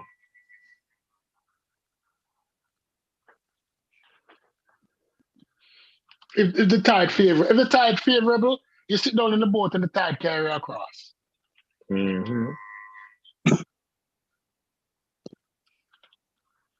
Haskell, what's up? Man, I'm cooling. Yo, what's going on, everybody? What's going on? What's going on? How What y'all you think? doing? Man, I was Unc said he was gonna put up that 3-hour discussion they had with old girl, man. I was really looking forward to it because that Moorish shit, like one of the most murkiest. That's like the murkiest shit, man. Along with Egypt too, that shit real murky. But I think with Egypt, at least you got a lot of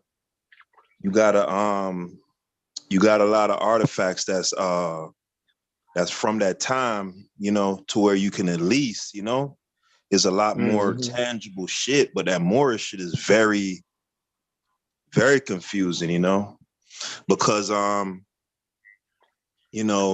a lot of people say the Moors weren't black, but the damn near only depictions we see is of black people, like the Moorish figurines and shit you mentioned before. And I know like like a lot of folks that say them was the slaves or whatever, but at that time it wasn't no slave armies. I think people conflate the there was. No, it wasn't. No, it wasn't. The Arabs used Africans as their military arm and stuff Right, like but that. that's all right. Perhaps I need to make a distinction then. When I say slave army, right? I'm talking more so about like what happened in Morocco in the medieval period, right? That is these the are medieval period. Huh? That is the medieval period. Yeah. Well, the late medieval period. Okay, so late medieval period. What period we talking about now? When was it that the Moroccans were like enslaving Sudanese and having them in their armies? Like these were literal slaves, right? So like for example, when you read Stanley Lane Poole's work, and he talks about a particular Moorish ruler and how some of the Africans couldn't, be outside like by themselves, because if the Spanish would see them, like they would like really harass them and treat them, poorly. Right. But there's a distinction between how I put it this way. It would be kind of calling like black folks in the United States Army members, slaves, like a slave army, right? They're members of the army. They may not have been necessarily the commanders or the people who are directing the action, but they weren't slaves. Not in Andalusia. Now in Morocco, those were actual people that they enslaved and conscripted into their armies. You get what I'm saying? It's a difference. So what are you gonna play games? Okay. Play games, okay? If you don't have any games. So I share with your brother. So what are you saying? Like I'm confused. That's what I'm saying, Chef. That shit murky because again, my thing is this, right? If they were, let's say the Berbers, because we know how we envision North Africa in terms of phenotype, right? We have a general idea of what the predominant phenotype is in North Africa and also in Arabia, right? My whole thing is I know they didn't depict themselves because of their religion. It was considered shirk. But in the description of the Europeans, in their depictions, whether by art or by figurines, etc., where are the depictions of the North African or the typical North African looking type or Arabian type. You know what I'm saying? Now, see, this the issue. So, That North African type, right? Phenotypically is damn near the same as the Spanish and the Portuguese and the Italian, the Southern European. Phenotypically, they damn near identical. So the only thing that would separate them would be their cultural dress, right? Right, the and their dress, language. right. The Amazigh language, right? That was the biggest separator between the goddamn Berbers and the Arabs, right?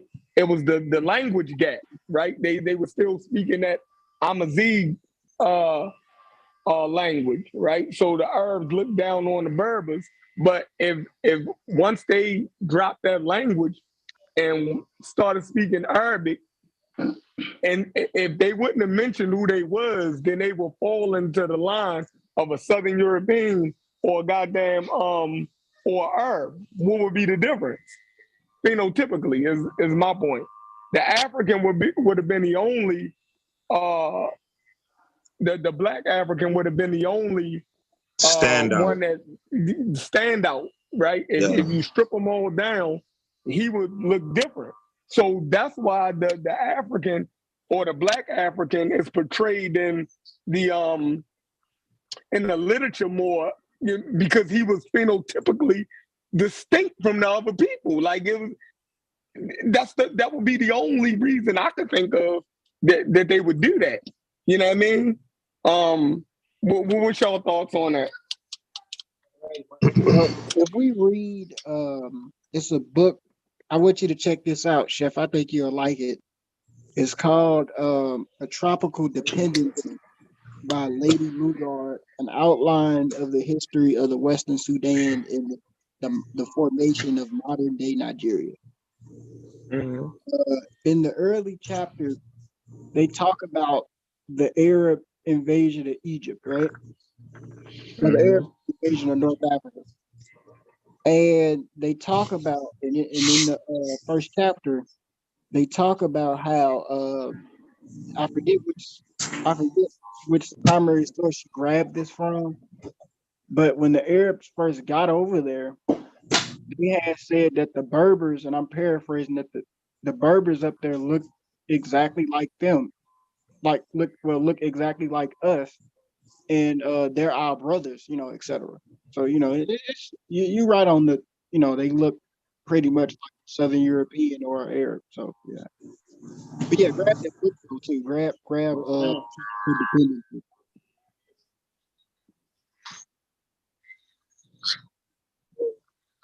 Yeah, so all of that would be a hard press when you start talking about what they drew and what they depicted. Even when they depict when the Catholics wrote about what's his name, Tariq, and his army, the first wave that came over. The way that they described them, I think it was more caricature than anything else, right? They was the thing describing about that's where he blackness. talks about it being black as a burnt pan or something like that. Exactly. Yeah. So, Alfonso X says a very similar thing when he says that a very similar to what the Catholics wrote about, that army. He also says that they were like, black as pitch if you like translate it. So Right. like, it I wouldn't say it was a caricature, because even the Song of Roland talks about that too. Like, but it would have to be. That's saying that sub-Saharan Africans went across North Africa, built boats, right? Then traveled to motherfucking Southern Europe over top of the Berbers and the Arabs that was there. Like what? That wouldn't even make no sense. That wouldn't even make no sense. More than likely, the people that went into Southern Europe had a good understanding of Southern Europe, yo. They knew where they was going at. Like it was more like Stu D said, it's 89 miles away. It's very close. That shit ain't close to sub-Saharan Africans. Like, No, Gibraltar is 8 to 9 miles. 8. 9 miles. You feel me? The Straits of Gibraltar. How would some sub-Saharan Africans, you know what I mean, know that region? So they gonna invade goddamn Southern Europe before the North Africans do. How? You feel me? How? The North Africans been right there for forever. And some damn sub-Saharan Africans gonna come and jump the line and invade Southern Europe before the North Africans. Right, but Make see, that make sense. but you know, everything that you said is built on a presumption though.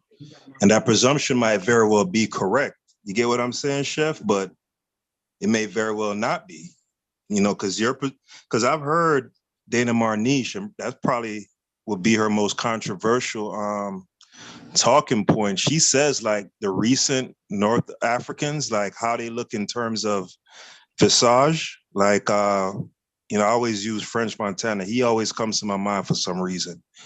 She makes the argument that that phenotype is way more recent, you know, than what conventional, I guess, anthropology or science would say. You know, so, you know, if you presuppose that North Africans have always looked like Ka Kuzma, if they are, or they've looked like that for the better part of 15,000 years, then yeah, the idea that these niggas is black as goddamn midnight, you know, it would be ridiculous, you know what I'm saying, if you working off that premise, you know? But even when in did the Spain Roman though, Empire fall? When was the fall of the Roman Empire? Was when the Vandals had when the 500 Arabs BC? no the Arabs had kicked the Roman Empire out of North Africa in the 600s. yeah, that's the AD period. No. The Roman Empire fall in the BC, in AD period, right? The Moors occupied Spain in 700 BC. 711 is when they invaded. Yes, 711. That means 100 years after the fall of the Roman Empire. Right. All right. My question is, how did the Roman describe the people who closest to them? Because the Moors must have been very close. Yeah, that's a good question, because even I think Dana Marniche even has some quotes from some Romans describing North Africans, and I looked some up, but off the top of my head, I remember she having one where they're saying that there's no distinction between them and the Negroes of Negroland, meaning like the Western Sudan, like, you know, like they said they look like the Negroes of Negroland. She has some quote like that. Even, I mean, my whole thing on the Berbers, it just depends. Like I've read proper source documents from people like Al-Jahiz, Ibn Halkal, and you know, even what the Arabs had said about them when they first invaded. I mean, it really just depends. It just really depends. Like they're not a homogenous group of people, you know. So Y'all mixed up. The Romans detailed there's a whole Roman North Africa. The people was damn near the same as the goddamn Southern Europeans. It was cities sprinkled all through North Africa that was Roman. Like, and the people remain. That's how they knew how to fight the Vandals and everything, right? Because they were the same as the Rome. They've been in contact for forever. Like I don't know what y'all think that is. They were Christian for the most part anyway. You dig what I'm saying? Like most of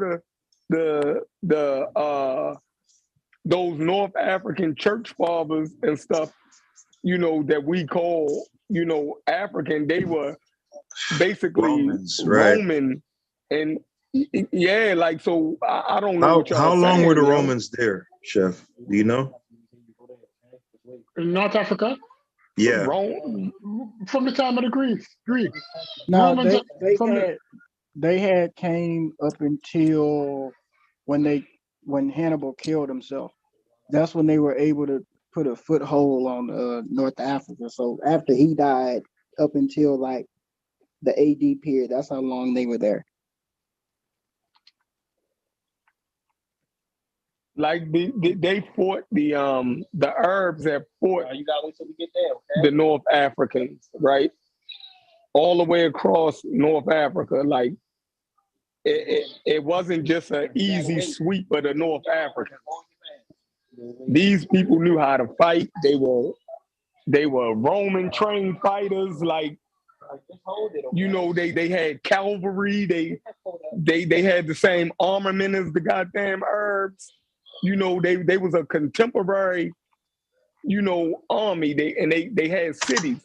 They was fortified in cities, and I'm talking about all across North Africa. You know what I mean? With the remnants or the last vestiges of the Roman Empire was in North Africa. The roads that the Arabs used to travel across North Africa was Roman roads, right? That these that we call Berbers, right? They were Christian, right? They just spoke the Amazigh language.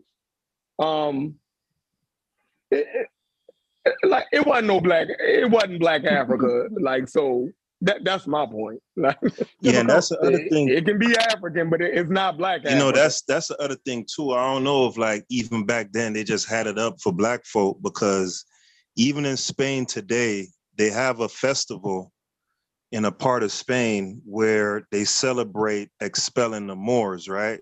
Yeah, and they paint their faces black. Yeah. And all that. Yeah. And they paint the people who play the role of the people being expelled. They paint them in the most caricatured image of Black people. But that's what I'm saying. I don't know if they just have this obsession with the sub-Saharan type, because if the North African / Arabian type was truly the type that, you know, that came in there and subjugated your people, right? They were the directors, the thought leaders, the commanders, the people in charge, right? And the Negro was just some little servants and shit, right? And no, they were phenotypically, there were some leaders that was phenotypically what we would call Black African, right. also. Right. Yeah, that's fine, but matter that's of fact, fine. The last king of Granada, the one who handed over the keys to Ferdinand, I think he was phenotypically African. He was the last one to, you know, give up the city of Granada. So yeah, I'm not talking in absolute. I'm talking in general. You feel me? Because in Islam, you do have a meritocracy, right? So they go off ability sometimes more than they do race or anything else. If your ability can get you places where, you know, your phenotype or your pedigree can't. You dig what I'm saying? So right, but what I'm saying is though, Chef, you don't think that's like super weird, bro? If again, you know, going by your premise, the phenotypical Black would be the outlier in the group. You know what I'm saying? Even though the last two caliphates were more Black, like the Umayyads, according to history, that like they were like definitely Arabs, right? And then the Almoravids and the Almohads were they would be more closer to what we would call Black. Okay, that's fine, right? Where if you're having a reenactment of the expulsion of these people that subjugated you, you would think you would at least have some depictions of the more typical North African Arabian type. Like all they depict is the you making that up. You making that up. So you saying that there's no depiction of North African types and Arab types in Andalusia? Well, or I was is talking. The only thing that you see is sub-Saharan African types? I was talking about the festival, that little reenactment thing they be doing. Yeah, there's a there's a documentary. Whoever just got finished. What's your name, brother? Haskell. Haskell. There's a documentary that you should check out. It's called Michael Palin's Sahara, right? Where you find that in Spain today, they reenact King Boabdil handing over the keys of Granada to Ferdinand and Isabella, right? But here's the funny part. They use black puppets for that. And then when you even look at the depictions that they still have of Boabdil, of like a painting, it was like, I think it was during that time period or whatever, right? But when they show the painting of Boabdil, guess what? His whole the face, like, it's kind of like scratched off. Like, I'm like, oh my God. So it's, it's very weird. The festival that one last thing too. You can look at the flag of Corsica right now. They have in the flag of Corsica, they have a beheaded black man as their flag, because according to the legend, there was a boy who was trying to sell a European lady into slavery, and they cut his head off in the battle, and they used the flag of the beheaded black man, and that's like they say that's a Moor. I forget what you call their flag, but it's like a Moor something. They had a lot of little kingdoms that was slave trading. Had those depictions of black people as slaves with the white bands on their heads. That represented slavery, yo. That was a part of their trade. It was on a lot of their standards. I know exactly what you're talking about, because Jay Rogers wrote about that back in the motherfucking day. He wrote extensively on that. Hey, So Chef, yeah, you can see my screen? Nature goes, is it in Nature Knows No Color Line? Nature knows. Yeah. Okay, I'm gonna read it again because I just bought it, so I got all these books like Sex and Race and all that type of stuff. So I'm gonna read that again. Hey, Chef, you can see my screen? Yeah, I just peeked that. That look crazy. Yeah. Right, so this is in Spain. Right, that shit crazy. Look at this shit, man. That's caricature, yo. But then look at Black Pete. On. Look at Black Pete. Black Pete. Yeah, it's the same festival in Netherlands. The Black Pete thing, it's the same kind of deal. Right. But then earlier I made a comment that if I describe Sheffrin and Sheffrin describes Sheffrin, my description of Sheffrin is going to be totally different than Sheffrin's description of Sheffrin. These people are describing the Moors as how they a caricature. Right. So therefore, those you can't really say for certain say, oh, it must be a black person. Because there's no black person in the world with red lips. Right. And they're gonna take the most eccentric features from, the black people that came with the like I said, that came with the Moors was the most phenotypically different. So of course they're gonna play that up because that's the person that looks the most that would be the most significant type that came with them. So that would be definitely a defining feature of them. But to say that the majority of them, and that it was a black invasion of Southern Europe, I don't believe that. That's my point. Yeah, that's weird, bro. Because remember, going back to what you said earlier, the idea is that the Northern African is for in a lot of ways phenotypically indistinguishable from the Southern European, right? Spain and people in Spain and Portugal. And I do get your point though, because like even in the royal family with Meghan Markle, she might as well be on Viv in their eyes. You know what I'm saying? Like so I get what y'all speak, where y'all, I get where y'all going with that, and Yeah, in all right. So like for Queen Elizabeth, like we look at Meghan Markle and we could clearly see a mixed race woman, damn near white, right? Mhm. But for Queen Elizabeth, she may as well look like Aunt Viv from Fresh Prince. Right. Right. You know, Yeah, Yeah. exactly. Yeah. Exactly. like So in her them, eyes, they not indistinguishable from one another. You know, yeah, that's yeah, right. Mhm. So Queen I get, Elizabeth is the bastion of whiteness, right? The German whiteness too. Them are the bastion of right, whiteness, right, right.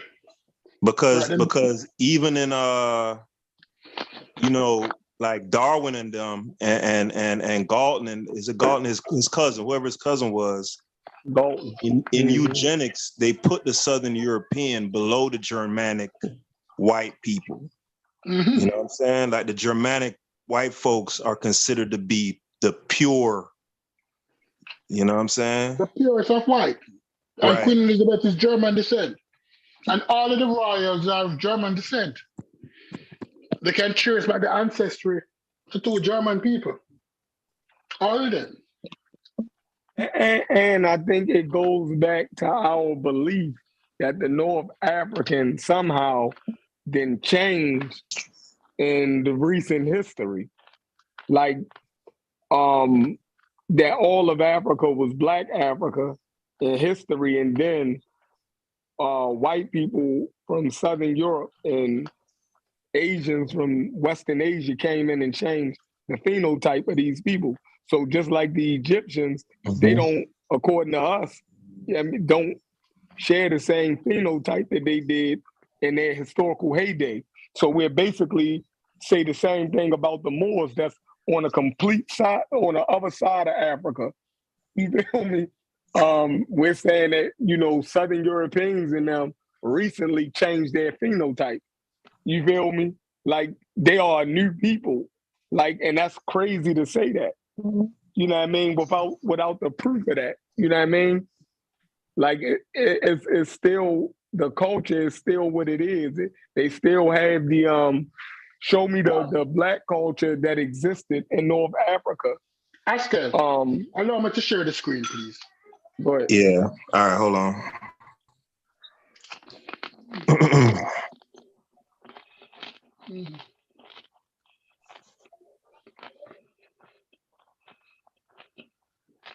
Just look at the Libyan Yeah, and the Tunisians, and you feel me? All the way yeah, over so you to Morocco. Y'all say that they are new people. All That right. because they represent the Moors also. Can you They see my was a part screen? of the army that we would call Moors. Can you see my screen? yeah, we could see it. All right. That's When a Meghan Markle golden was girl. there, no, that's a princess in England. Oh, She okay. wore that piece of jewelry to commemorate or to celebrate Meghan Markle and Harry's engagement. This is the black princess in the piece of jewelry that she wore. She Right, that's later a had to blackamoor. apologize. Right? That's a piece of jewelry. So when she sees Meghan Markle, that is what she's seeing. Meghan Markle look anything like that? I don't know. But that is a piece of jewelry she wore to celebrate Meghan Markle. Right. That was her way of Showing of respect. yeah, Right. well, showing disrespect. That was That her was way of disrespect? being that's her way of being disparaging. That's a piece of ice. Oh, How that's Lord. disrespectful? Let a white person make you a birthday cake with the whatchamacallit, the blackface, the Al Joseph blackface, and you gonna say that's a cake? Yeah, chef. She got in hot water for that in England, like because she did it. It was a sneak diss, chef. Oh, Like okay. yeah, Good. yeah. Princess Michael of Kent attended a lunch for the extended royal family of Buckingham Palace on December 20, 2017 in London. That's what she wore. That's what she wore in front of Meghan Markle. That's how they see us. Meghan Markle look anything like that black piece of jewelry? Mm-mm. If Yeah, Meghan it's Markle was kind of walking on like, the street, you would say Meghan Markle is a white girl. Meghan Markle look closer to white than to black. yeah, Well, that's what I was saying. I've seen the old interview of her when she was like 13 or 14, and her hair was it was a little curly, and she putting products in that. So I, But All you, you black gotta women do that though.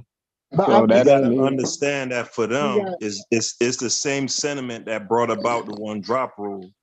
You know, in their mind, just like Hitler, they believe in this purity thing, and Darwin. You know, Ankh, if you're listening, I don't know how. You know, I'm still, why you gonna I poke don't know the how bear? it Why you confounds. come on now? You try to poke the bear? He gonna come No, at Yeah, it's you. a no, trend. because you Hold know, I on, let don't him finish. understand. I don't get how it confounds Ankh to this day. You know, like it's very simple. Darwin was of the opinion that the group that he belonged to represent the absolute apex of humanity, right? The latest and greatest iteration of humanity. Like there's no, you know what I'm saying?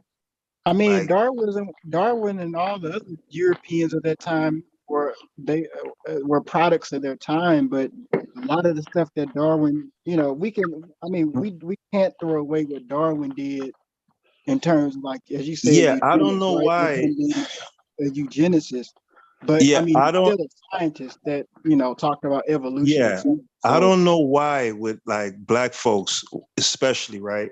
When you make a statement of fact regarding Darwin, they start talking about you can't throw away. I didn't even Right. mention any of his Mention that. theories or Right. anything. You know, I'm just simply stating what the man's. They straight go to defending Yeah, them it's weird. without even, you know what I It's mean? weird. Like, They won't even allow you to make a damn analysis of his character. They gonna go and start defending him, All right. defending his science. yeah, and like I'm not. All Listen, right. Like you defend his All science right. when we're talking about his Yes. yeah, character. because No. No. No. you Yesterday. could be a brilliant racist. Like the two things are mutually exclusive. All right. So Right. when Darwin proposes that the group that he Why you belongs to doing that? represents the most evolved and the most by virtue of their biological and genetic makeup represents the greatest that humanity has to offer, there's no two ways about that. Like he clearly states that. You know, that's independent of whatever theories or, that's what the man believed. Question. But Yesterday when we signed off, it led me to think, and I realized it. Dr. Ben, Marcus Garvey, Malcolm X, same one, the father of modern evolution. Are we supposed to leave them alone? Queen Singer, or everybody know we should start criticizing the character, or taking the character into question. why What should why we? why you compare Dr. Ben to Queen and Zinga? Dr. Ben is No, no, no, no.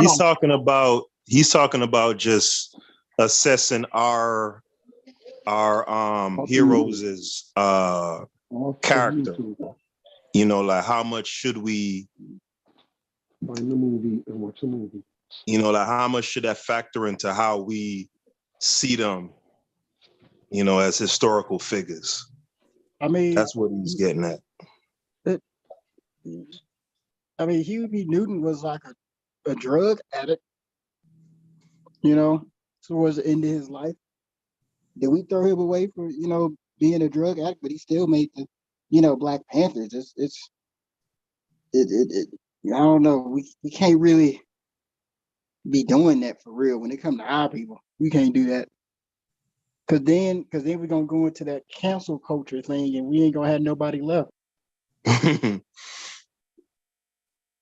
Well, I mean, human beings are complex, man. We all contradict ourselves and, all the rest of it. So like even yesterday, the convo we was having about Marcus Garvey, like I'm fine with it. I'm just not a type of person that gets emotionally invested in people. you know. So I can't relate to like a lot of the conscious community. Like they'll really come see about you, you know, about talking about somebody from 2,000 years ago. Like it gets real like that. And that's just wild to me. You know what I'm saying?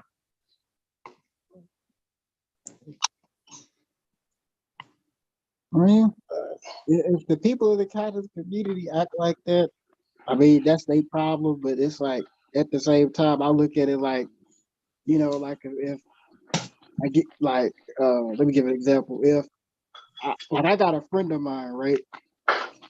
Then I got a friend of mine right now who was like a ruthless, you know, street thug, right? He was just no good for nothing. But he changed, he got shot like 14 different times. And he became part of the Moorish Nation Science Temple. And he is a productive citizen now. So I mean, it's if it keeps if anything you believe keeps you, I mean, helping you be a better citizen. I mean, I'm okay with that. Like, We need to ask Jackson that question.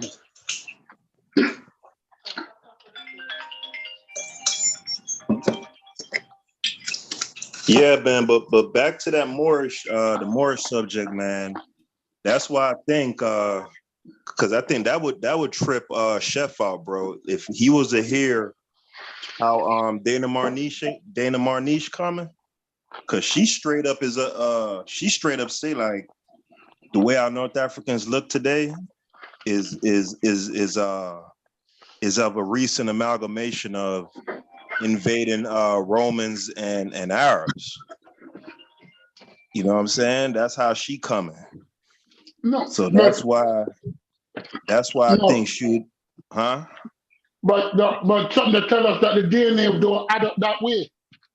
When we study the DNA of the North Africans right there now, it don't add up that way.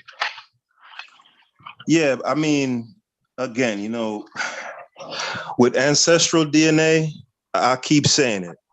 If you don't have enough samples from the period under study, ancestral DNA in terms of determining what a group of people look like or their genotype in an ancient period is meaningless, brother. Like literally meaningless. So what happened? So what happened to the black people of North Africa? All right, there was already a civilization in North Africa. This is my point. All right, bear with me. There was a civilization, a language, a culture. All of these things trace back to ancient times in North Africa. Now, if these people was not black and another population came, that other population took on the culture and the language of the people that they invaded. And then what happened to the people that was originally there? If they moved, where did they go? And why didn't they take that culture that they created in North Africa to sub-Saharan Africa where they relocated to? See, you got to be able to answer multiple things when you start saying stuff like that. Because I'm with you. You feel me? I'm with you. Like the castle building, the road building, all of that is indicative of North Africa, Southern Europe. You know what I mean? It is damn near the same.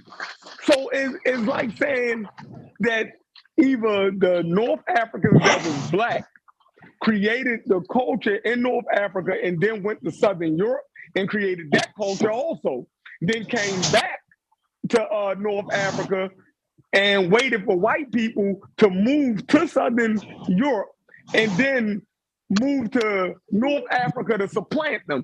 It's so many different variables got to go on if you're saying that the original population that created the culture, the language, and everything in North Africa didn't change. Like, how do y'all explain all They of were that? slaughtered. They were slaughtered. What? The 10 million black people that was in North Africa, or 20 million black people that was in North Africa, were killed off during wars and expansion. But we don't Did you read say any the stories Punic? about Did that. you say the Punic Wars? No. I'm saying they were slaughtered. That's the only excuse. And we don't have any. to say that. We don't have any evidence that there was a massive killing off of North Africans. All right, so you killed off all the people and you took their language and their Well, culture. Like, didn't say that. yeah, Soupy just said that, but he's Like- being silly. Like the sensible, like the sensible people, the scholars, they don't make ridiculous arguments like that. What they'll, yeah, because that's Go ahead. crazy. What they'll tell you is it's as a result of, a combination of displacement, miscegenation, and what else? So displacement, miscegenation, And the Holocaust. and yeah, you factor that in too, because there's wars, right? So they'll say it's an amalgam of those things. That's So over what period of time? What period of time was Southern Europeans? When was they ever that of a cohesive group of people that they would been able to displace a whole northern population of a whole nother continent? During the Roman Like, time. What they did that during the Punic Wars, they killed the no, you can't do that for the Punic Wars. Look, The people of Carthage was already a settled group of people. Like, when they had destroyed Carthage, they had sold the rest of them into slavery. The ones, yeah, but it wasn't just Carthage. That was one city state. There was multiple other cities that in North Africa that was comparable to Carthage at the time. Like, so they just didn't go away, yo. Like, is that what you're saying? I'm just saying that's the one time where I find in history where the Romans had like literally exterminated those people. That's the only time where they didn't exterminate them.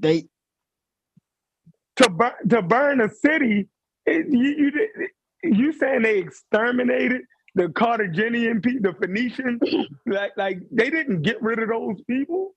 You sure? Because that's what the last one was. They had literally burnt it down for like 10 days straight, and then they had sold all of the ones who had survived into slavery. Now, there is something that I have read that kind of contradicts that a bit, because I had read a book. It was about the life of St. Augustine, right? And when they another North African that was Roman. Let me finish. So he talks about during his lifetime how he was always made fun of because of his accent, and the Romans would always call him Punic. So so maybe he is a descendant of the Carthaginians.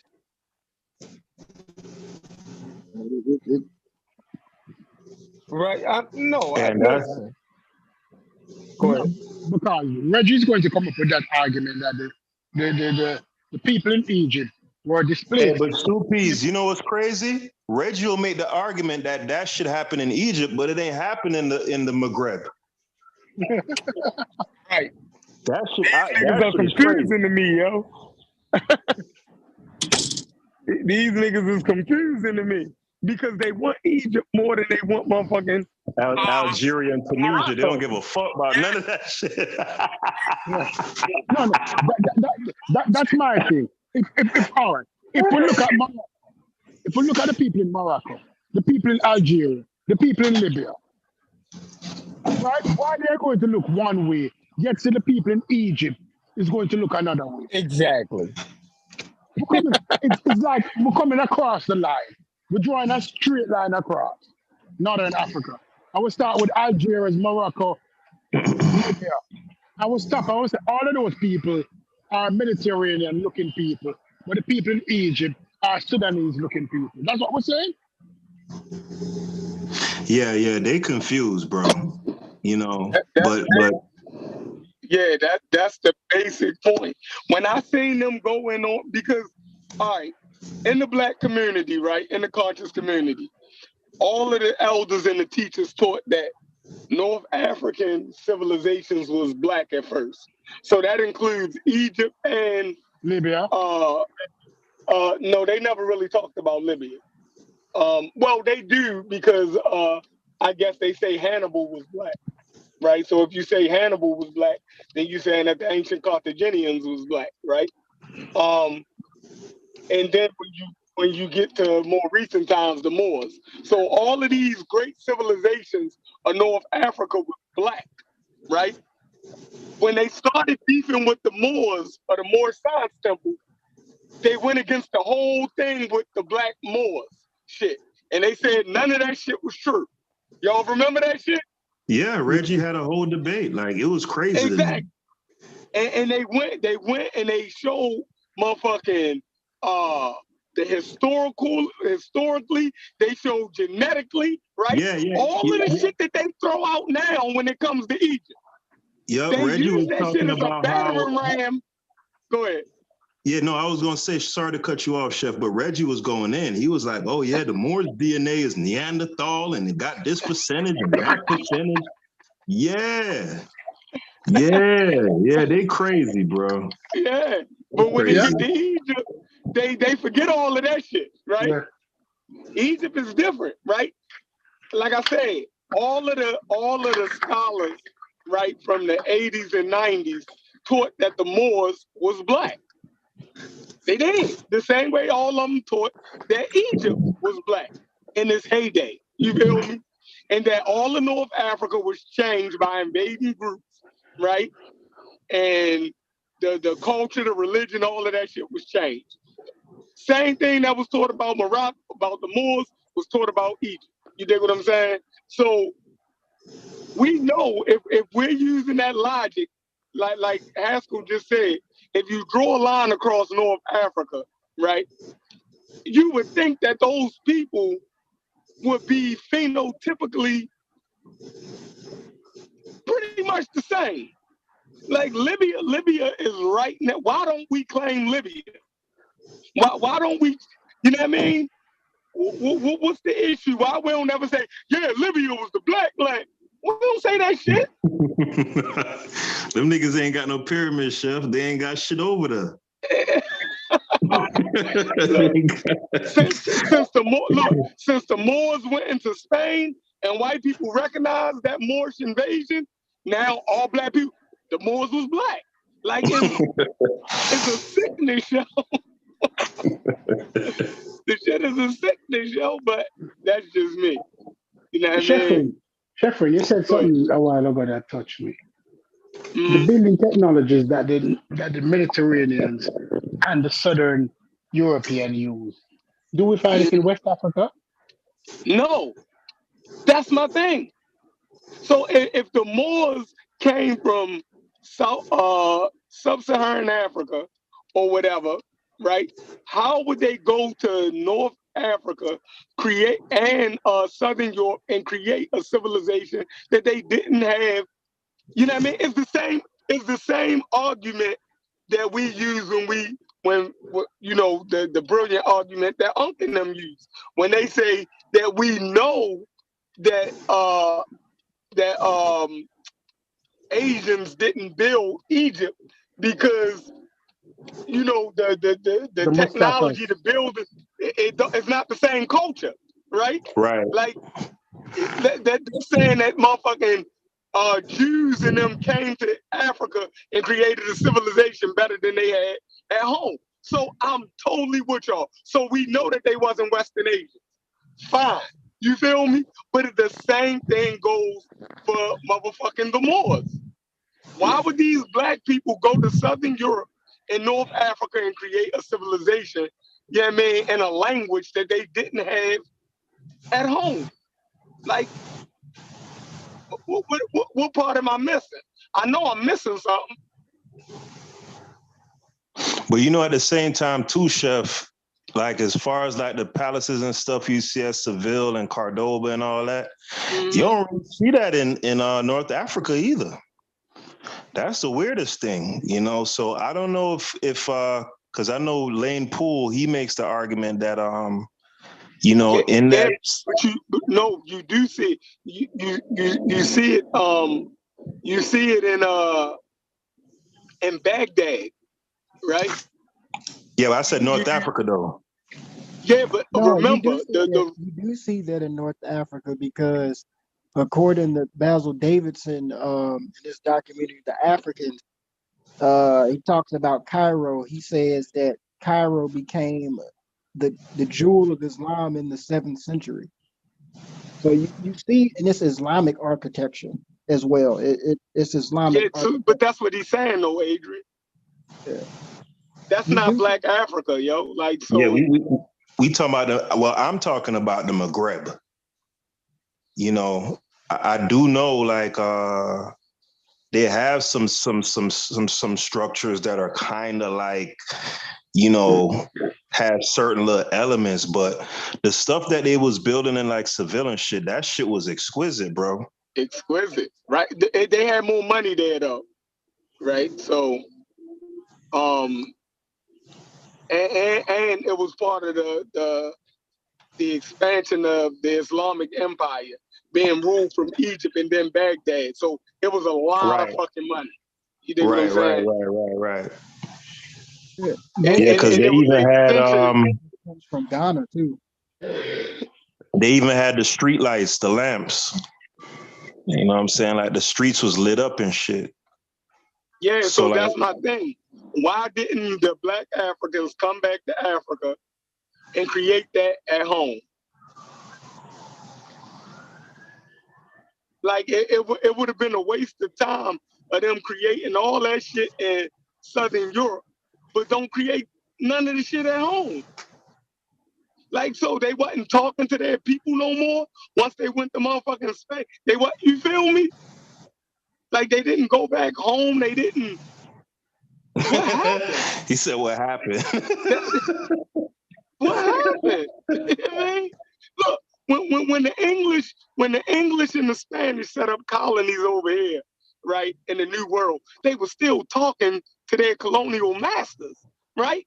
They just didn't separate. So the same benefits that came from them moving over here, the colonial masters benefited from that shit, right or wrong.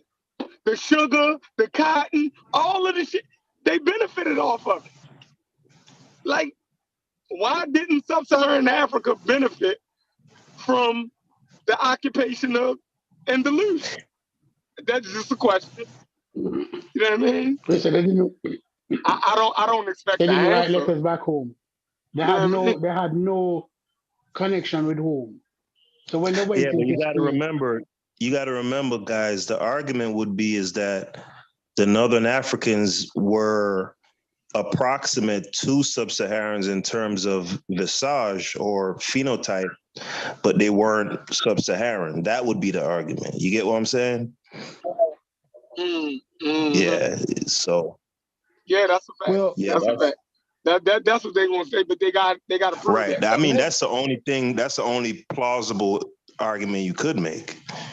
You well, can't say it was sub-Saharans because, like Chef said, what them niggas is bypassed the niggas that was in North Africa, and then they ain't build shit in Ghana and Nigeria that looked anything like what was in Andalusia, you know. So that you can't make that argument. So the only well, thing would be left at that point would be to say, and again, Marniche, she does make that argument. She says the Sanhaja, she identifies particularly the Sanhaja and the Lamtuna, and there's a couple of other tribes, right? Because there's a ton of Berber tribes, but she particularly identifies certain tribes as would be the ones that would be the most proximate in terms of looks to what we would consider to be black folk. Black. Right. I mean, the Berbers, they look all over they pretty much look all over the place. Like, especially like the ones that I've seen, you know, some of them look like the ones that they show on TV. Some of them look you know, like something else. Some of them look like something else. So it's like they're not necessarily homogenous. It's you know, they look all over the place. Yeah, Yeah, it's Africa. It range. but certain tribes are blacker than others. Yeah. You know what I'm saying? Yeah. Like the Sanhaja. The Turag. The Right, the Turag is a Tuareg. darker. Yeah. Mm-hmm. Yeah, you know what I'm saying? So you'll see some a good amount of Berbers that look like some Don Cheadle looking niggas. You see niggas that look like Chef. You'll see niggas that look like Brother Reggie. You'll see niggas that look like Will Smith, or you know what I'm saying? Yeah. But So what they're not. Marniche argues is, what she argues is that that mixed look is way more recent than what the consensus holds would say. She'd argue, she's on that Brother Reggie shit. How he is with Egypt, she's with that with the Maghreb. She's saying basically them niggas look like that because of the Romans and the Arabs. Before that, them niggas was, you know what I'm saying? Wesley Snipes. Now we know that's, you know, not because you have Herodotus in them, right? Who wrote about North Africa, right? And they wrote about the Libyans and everybody else. Even the Egyptians depicted the Libyans and the people west of them as looking like they look now. So that's facts. I can't even buy that shit. You feel me? And then when we get to Herodotus and them, Herodotus clearly made a distinction between the North Africans of like Libya and places like that, and the Ethiopian who he considered black. It's passages where he say that and this is a quote. He says that I think these people are called the Garamanti. Garamantes, right? The That's Garamantes, where right? Onesimus supposed to be. So Onesimus That's ain't even. crazy.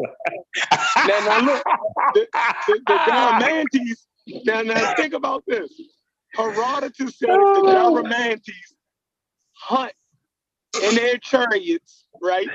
Troglodyte Ethiopians and sell them to Romans as slaves. The quote is that the Garamantes and their chariots hunt troglodyte Ethiopians and sell them as slaves. Now, in their language, Ethiopian means burnt face people. So the people from the south and a troglodyte is a cave dweller. Troglodyte means a person that live in a cave or a hole or something like that, right? And he says that they hunt troglodyte Ethiopians and sell them as slaves. So obviously, the Garamanti is not an Ethiopian. Like just from reading little excerpts of that, you feel me? And then the Garamantes got reliefs of Garamantes, how they're pictured, right? You know, those mosaics that the Romans and them used to make, like floor mosaics and wall mosaics, right? They have depictions of Garamantes, right? Light with the light curly wavy hair. You dig what I'm saying? All that. So it would be hard pressed to say that, you know, it was no black people in North Africa. I would never say that. But the majority of the North African was this population that we already see that we see currently there today, or a version of them. Right. The same way that the population of Nigeria is, you know, without the people being exterminated, like the North American Indian, without the people being exterminated by disease and everything else and moving, you would see basically the same people. Just like the Mexican people, they wasn't exterminated, so they are the same people that they was. They just have a admixture of what you call the European. the Spanish, the conquistadors in them. You feel me? Mhm. But they are typically Native Americans. Like is nobody would deny that. And when you see one that don't look like a Native American, you know that he has a heavy admixture or is a remnant of the Spanish colonizers like Canelo Alvarez and them. Right. Yeah. So Yeah, that's why, for me personally, because most of the people who make the North Africa is black or Egypt is black, they're not what we would call experts, or they're not degreed, or they're not scholars, right? That's why I was so intrigued to hear Dana Marniche, and I would love to hear her because she's, a PhD, and she's an anthropologist, and she specializes in North Africa. That's her area of focus. And it would have been, for me personally, it would have been real intriguing to hear how she frames these arguments under scrutiny, like from what Chef and people like that will ask, because Chef gonna ask some questions that's really, to the point and gets to the heart of matters, real logical lane. Because it's crazy. The layman a lot of times ask something that a person who's really involved ain't even gonna think of. Just some simple logical shit. Like, yo, how come they ain't got some buildings in this shit that rival what them people got over there? Explain that. You know what I'm saying? So I would love to hear her under that type of interrogation, for lack of a better word. And I know Garfield was supposed to have her on, but Garfield, he be getting too emotionally invested in shit, and he must have done cursed the lady out and shit. Cause how you begin with your man, y'all are blackologists, and a woman, she gonna get up out of there like, oh, these niggas crazy. You know what I'm saying? So like, let's talk to the lady, like, you know what I mean? Like, have a nice conversation, ask the questions, and because you can learn a lot, man, even if, right? Because sometimes a person can be very well informed, but they have their own biases and shit that they want to be true, and that will color their scholarship, right? But that don't remove the fact that them motherfuckers is beasts in right, definitely a beast, right? You know what I'm saying? Like, don't get it twisted. So you could glean a lot from a person like that, man. Right. Just talk to him nice, bro. Yeah, because I think the most thing that she could do, or a person like that could do, will be able to point to the black tribes that was inhabited North Africa that probably went in with the Moors. So that would be, that specific study of that would be better than anything that we present anyway. You feel me? It will be because our shit would be a little bit more focused than our shit. We generalize a lot, and I know I do. You feel me? Hell yeah. I mean, we not studying this shit for 20 years and goddamn. I generalize a lot. You know what I mean? Hell yeah. I mean, we not, you know what I'm saying? We ain't studying for 20 years and going to these tribes, because she be going to the tribes and shit. You know what I'm saying? Like the Tuareg, she be vibing with them, and you know what I'm saying? Like, talking to them and studying them, and we not doing that. She even know Zahi Hawass too. She real close with him. That's so crazy. That's the Egyptian dude, right? Yeah, if you watch the interview, she kind of I'm gonna let you watch it. I'm gonna let you watch it because it was funny. I caught something, but it was funny. Hey, can you? Is there any way you could link that in the back chat, Adrian? Nope. No, you said it's a Facebook post, right? Nope. Where is it? Where's the video? Well, it's on my Facebook page. It is on the pseudo killers thing. It's on the pseudo killers Facebook. So you should be able to link it. I don't understand. I'm not good with technology like that. Copying a link. Look, I'm not good at technology like that. So Hey chef, go over there to the pseudo killers and copy and paste. I need it. I want to see that, man. All right, I'm gonna paste. Give me a second. Yeah. Let me get situated. I'm picking my daughter up. Let's see. Hey yo, I'm about to end the show. Uncle and I'm about to come on, yo. At 8 o'clock. They're gonna do this. They're gonna finally put the dag in Sean and them with that Dogon man. Dogon. Yeah. So we're gonna end the show. Haskell, I'm gonna put it in the on the next show. I'll put it in there for you.